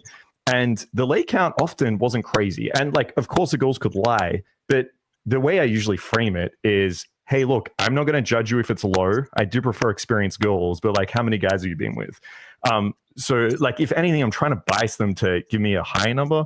And even then, yeah, one of the goals was like fucking 100 and something, right? But for the most part, it wasn't crazy. Like, there was a lot of just like 2, 3. And again, it depends where you are. Like, some of that time was in Europe, where girls probably aren't as like open sexually. But I mean, at the end of the day, honestly, I think people care about this like way too fucking much. Yeah, way too much. If you don't want a promiscuous girl, you're going to be able to understand and be able to tell that without finding out her leg count, right? Like, it's if you want a girl that's, a little bit more reserved, or she's got some like religious values there or something, you're going to find that out without knowing her leg count. Guys in the retro overblow a girl's body count a lot. I'm on my 5th serious relationship right now. Every single one of them, their body count is less than 20. Most of them, it's single digits. I misspoke earlier. I meant like, I'm at the club all the time. Okay, yeah, there's a sample bias there. Yeah. And they're really hot, and they live in LA or Miami or Las Vegas. 20 is a low number, bro. Like, but I agree with you. In general, Marcus is obviously correct. It's 5. It's probably 5. But when we're talking about like these hyper chicks, again, if you see the we call it, I forgot what we call it, like the bougie or the cunty cycle, which is, it goes Coachella, Burning Man, Ibiza, then it goes Art Basel, EDC. There's like just going to Ibiza doubles her body count in of itself, and then Dubai, and then it follows off of Dubai. Like, where the girls who follow the F1 races around the world, that I mean, we're talking body counts like way high. That. Yeah, okay, I'll give you that. But yeah, that I think I've never met any of my girlfriends at a club, so like you can find hot girls outside of clubs. Is the point I'm making? I don't think I have either. Does not busting when you bang girl raise your value in a girl's eyes? Oh my lord! Yes. Yeah. She admires your discipline.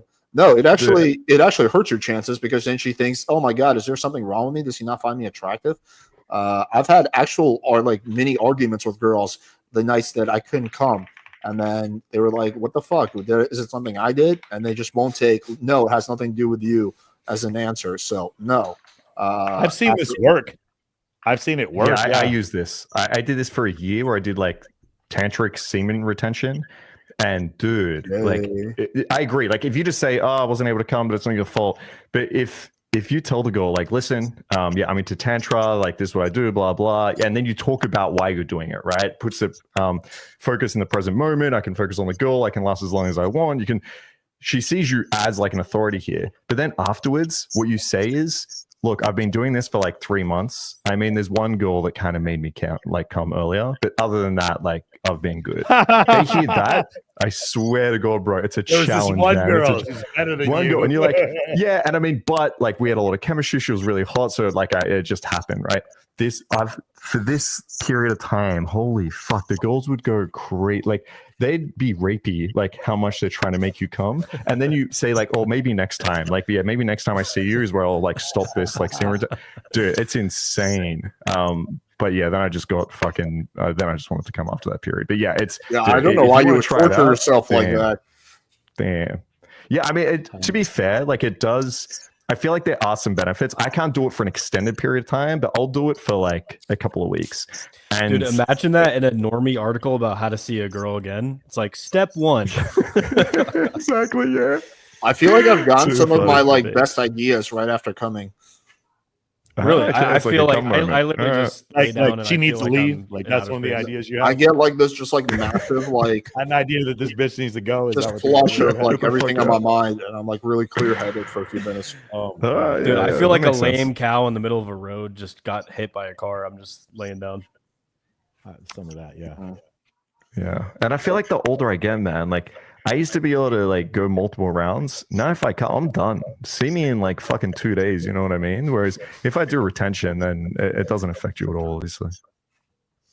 Come on, I'll show you red pill works. You bash all the time. Let's throw down in game. This would be like sort of like me saying that like I think the paleo diet is the best, and you say I think the vegan diet is the best. So we're gonna fight, and then whoever wins, their ideology is correct. This wouldn't really affect whether who's right or wrong, who has better risk.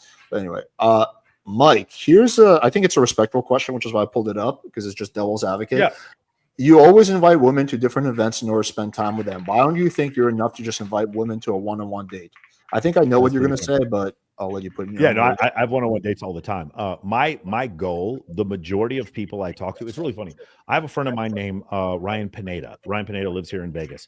Ryan Pineda gives advice on real estate, but his advice is white belt advice. It's usually like very basic advice because that's who his audience is. It's a bunch of white belts. If you want to say what my main thing I teach is attraction, how to make men more attractive to women. If I'm teaching attraction, then what I need to do is get as many women in my vicinity as possible, and then have a ratio of like 7-8 girls to 1. So I emphasize the group events. That doesn't mean I don't go on one-on-one events. I haven't not gone on a date with a girl in like years, other than maybe when I was with my girlfriend. But like I go on dates. I have a date tonight and I have another date tomorrow night. One-on-ones are fine. It's just that's not what I'm here to teach. Most guys, especially if you're not attractive to women, I recommend using Social Circle and using a pre-selection, fixing your social media, and then having these group events so that you can go from there and have an insta date from the event and then end up pulling the girl from that. That's why I'm emphasizing to the white belts to do that. Yeah, but you just pull mids and BBWs. That's what I heard. Wait, Michael, what do you think about using AI to build up your social media? I'm not opposed to it, bro. Like, listen, man. So rule number 4, social media is fake and I'm okay with it. Girls keep doing fake shit on social media. I do not care. You see that what's his face live, parallel lives, where he has the fake number of followers and the girls like lose his shit. I find zero I know zero moral quandary from that, bro. I had a girl, like there's these dudes in Vegas. Now I don't recommend doing this, but they would lie to girls and be like, oh man, I have 80,000 subs on OnlyFans. Come have sex with me on my OnlyFans. And they were like doctored images. These guys would do it, and then they ended up banging a bunch of chicks by doing it.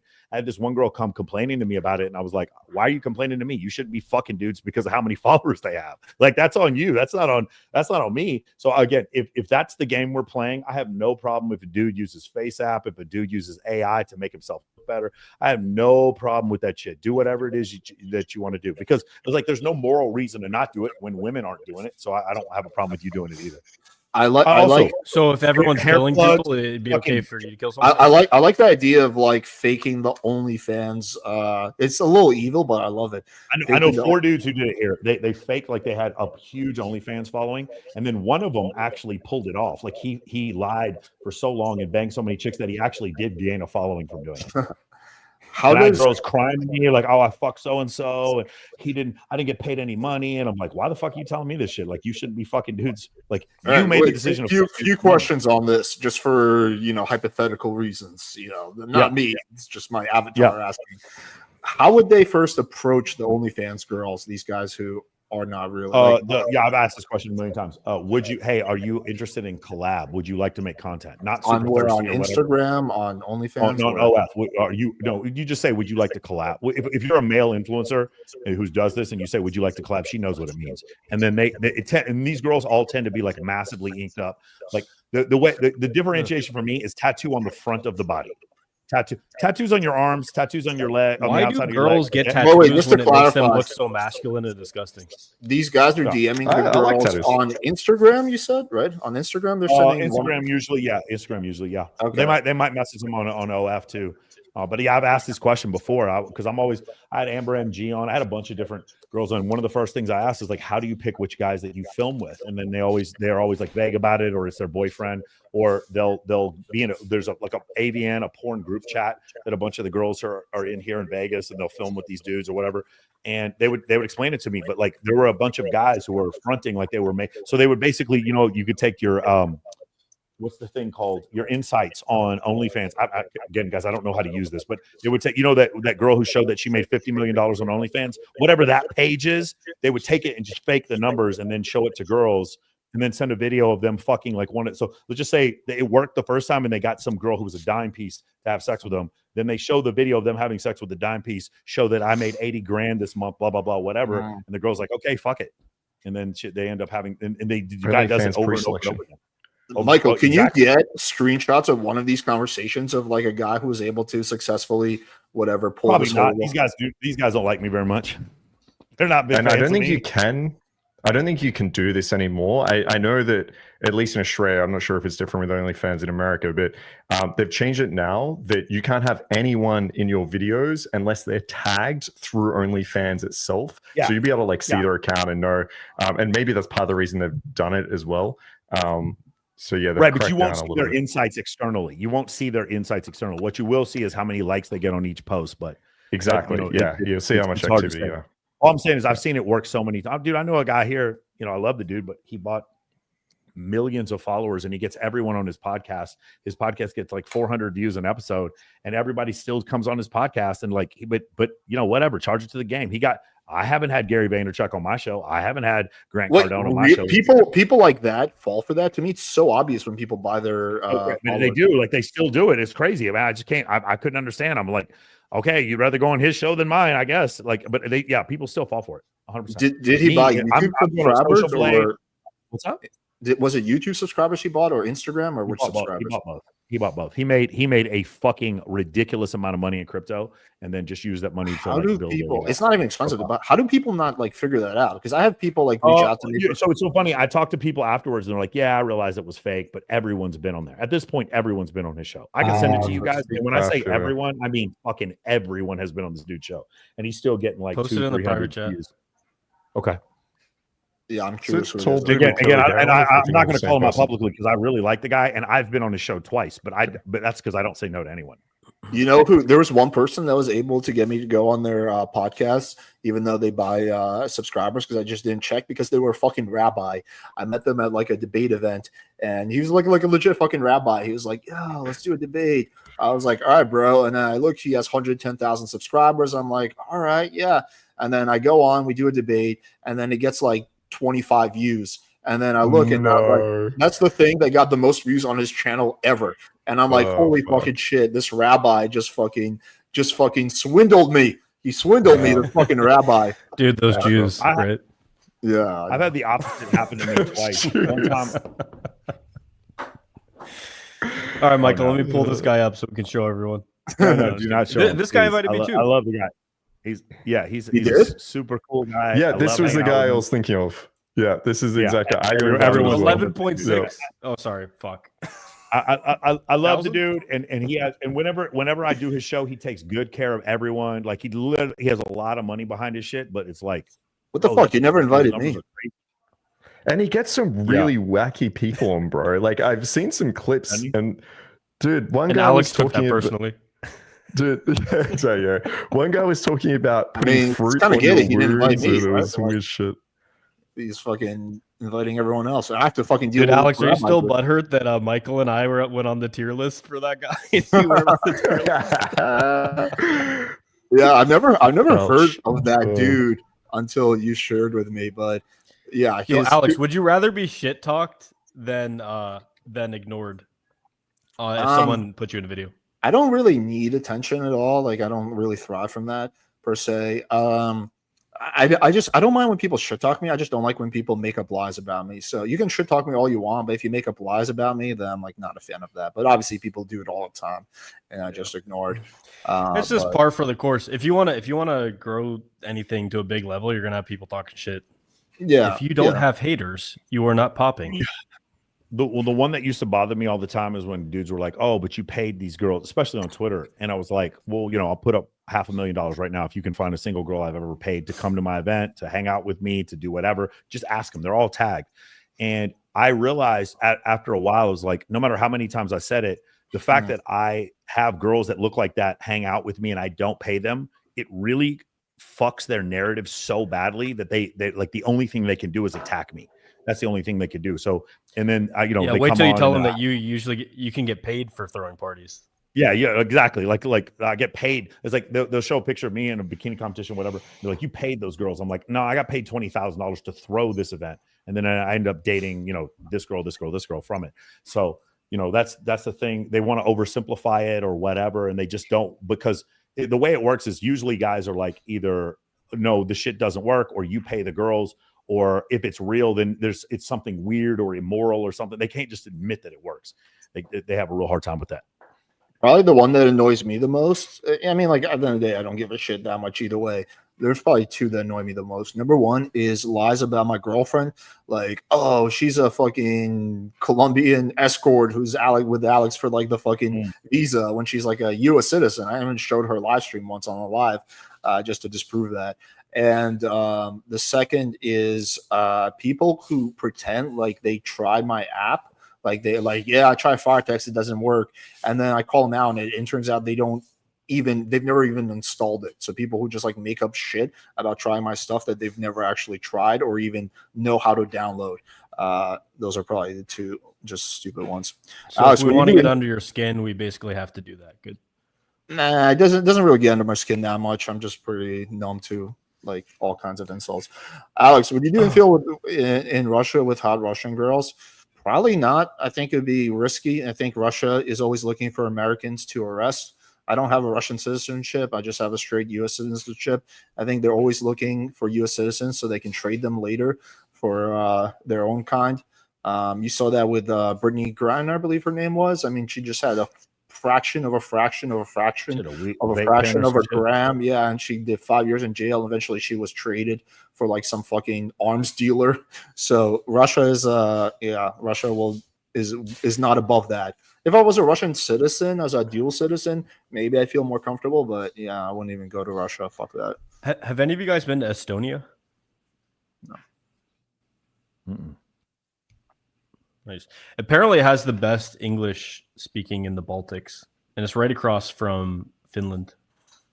Yeah, I've had a lot of students go there.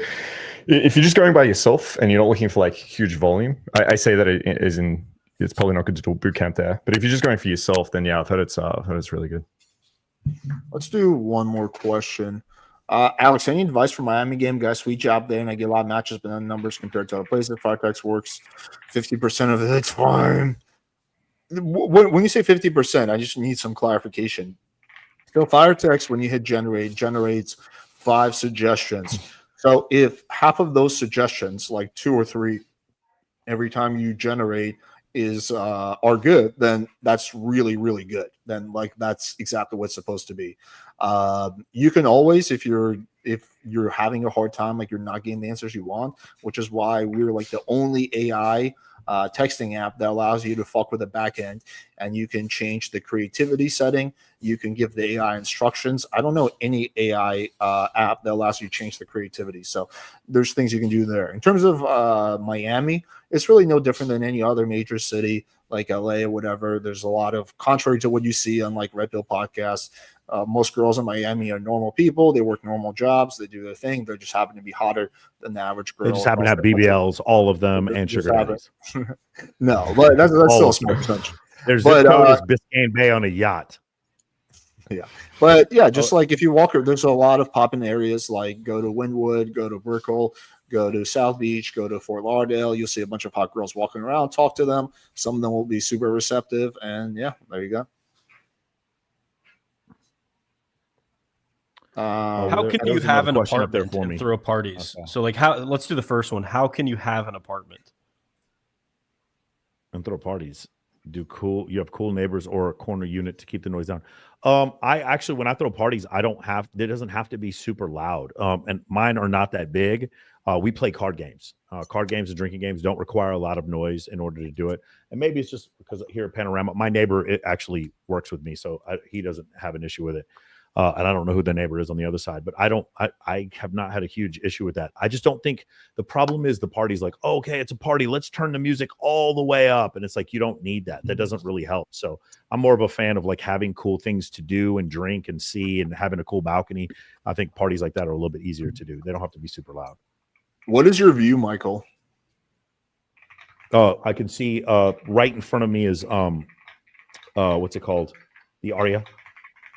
So, like, if you were outside my balcony, you would see it's probably a 1,600 foot drop, 160 foot drop, and then to the street, and then you see the I-15 freeway. Then directly across from me is the Aria Hotel. That's funny because the building I live in has the same name. Panorama. Aria. Yeah. Small world. Okay. Well, let me just answer this. Alex, what app do you own and what's the name of the app? It's Firetext. There's two that have the same name. Mine is the one with more reviews. It's by ZH Creations, which is my business partner. So check it out. You get 3 free days trial when you join. You can use that to fuck around and test it out. We're kind of hitting 2 hours here, but fun stream. Michael, I'm totally down to do that Doge debate in the future. Oh, wait, I just asked one question. We can definitely go over. I think it's going to take a while before we figure out all the implementation of it. But yeah, okay. I want them to screw up. I want them to go so far that they have to bring stuff back. That's when we know we're good. That's already been happening with like the nuclear people and whatnot. But yeah, we can definitely do that. What's your maybe it could be a 2v2. Austen, what's your take on Doge? Oh, I am 100% on the side of shredding the government. Yeah, all right, Alex, let's do this. Next time we should do a 2v2. We can talk about it, but yeah, we'll have massive disagreements. It's better than I can't have Austen on my side because every time I do that, he just betrays me and goes over to the other one. Dude, So. check the I was looking at some of your old lives and I found that video, and dude, look at the comments under it. They're like, Austen stood for his own intellectual honesty. He didn't like just get swept into like this debate. He didn't even understand what was going on. Fuck that. That was fucking gay. You betrayed me. Wow. Dude, read the comments on it. Like, I don't give a shit about what some losers in the comments have to say. It doesn't change anything. All right, that's fair enough. Yeah. All right. Anyway, thank you guys for tuning in. Drinking super gay. I don't drink personally. I don't drink. I mean, if you want to have a like, couple of drinks, drink whatever. Yeah, listen, it's just a little. If you want to have a couple drinks to be social, then that's fine. I would recommend you don't have any drinks. And what I would say you do instead, if girls want to drink, let them drink. But like as a man, it's like I don't have anxiety. Oh, 2 girls want to come home with me and have sex with me. I better drink and get drunk. I'm so nervous. Like no, bro, I'm ready to go. So work on doing maybe 50 approaches to get over your approach anxiety instead of getting drunk. The real answer is this. If you're using drinking as a crutch to get over anxiety, approach anxiety, uneasiness, awkwardness, no. That's wrong. That's very fucking weak. Don't do it. It's never going to work. That perfect point where you feel confidence, that next drink, now you go into like you're unconscious. Like you're just below consciousness and you're just worthless. Every student I have that fights me on this, they'll fight me on this. And then 6 months later, they're like, you're so right. You were so right about the alcohol. I quit. My life's so much better. I'm getting hotter girls, whatever. You see the guys get hammered drunk and you just take their girl and you're just like, because they're sitting there fighting with some dude or whatever. It's just the worst, bro. They can't drive. And I'm like, I can drive. My car's outside. I'm a DD. I'm leaving the club. I'm fucking in shape. I can go out whenever night because I don't have a fucking hangover, all this kind of stuff. And I don't have anxiety talking to women. So I go do that. And then I leave. And then I'm taking your girl. You're getting drunk. You can't drive. You've lost your girl. You got stuck in the bathroom, whatever, man. It's just alcohol for men. I've just never understood. Yeah. And like any metric that you want to get better at, it makes you less physically attractive. It makes you lose gains in the gym. It makes your dick not work like as good as it could. Makes your game. You can't make good. Yeah, exactly. Your game toward the end of the night, your decision making is not as good. Like it doesn't. And also it increases your it literally decreases your testosterone. It's like it's literally one of the gayest things. If you want to feminize and make yourself trans, like the ultimate, like what's it called? People that drink a lot they almost become always trans. have some kind of like testicular issue where it like Yeah, fucks up there's their an like, issue balls. with testosterone. Yeah, it really also protein synthesis. It hurts with protein synthesis when you drink a lot. For you to be able to look. Here's a so scary, here's a scary statistic that will keep you from drinking. Did you know that about 95% of the time, when someone fucks a fat girl, it's because they're drunk? 99% of the time, dog. 99% of the time. That's fucking terrifying. I'm going to be watching my kombucha intake because. No, if I think about it, like all the most unattractive girls I ever fucked was when I was drunk. There's something in here talking about 50 approach. They seem to be confused when I say 50 approaches. If you guys come do Vegas immersion in here, every client must do 50 approaches every night that you're here for 7 nights. You can do 50 approaches in one day. It's not even like that. I mean, it's not a big deal. I guess it's a big deal to them, but yeah, you do 50 approaches to start. Yes. Yeah. Michael, what's your ratio of girls that you invite to parties that show up now versus when you didn't have Instagram or like back in the day?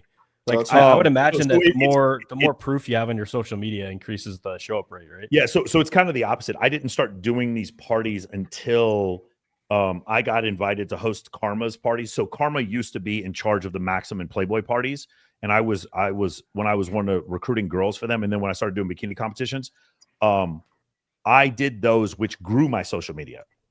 But as far as the number of girls that show up, I'll tell you right now.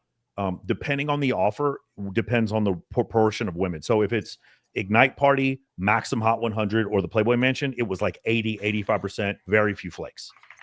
If it's some girl's birthday party and all the other girls know her, usually very few flakes. But if it's like comp dinner, comp table at a club, and these are industry girls, you're going to have a lot of flakes. So it just depends on what the offer is. For my birthday, I usually have, like 40, 50 girls show up. So usually that one does really well. But other stuff I do, like I'm taking some girls to see Deadmau5. He's starting a residency at XS on Saturday, not this Saturday, but next Saturday. And I'm probably going to invite 200-300 girls, and I'll probably have, I don't know, 30 of them show up. I'm not sure. And when you're inviting these girls, are you having someone message for you? Like, do you have an assistant that you can access? That's a great question.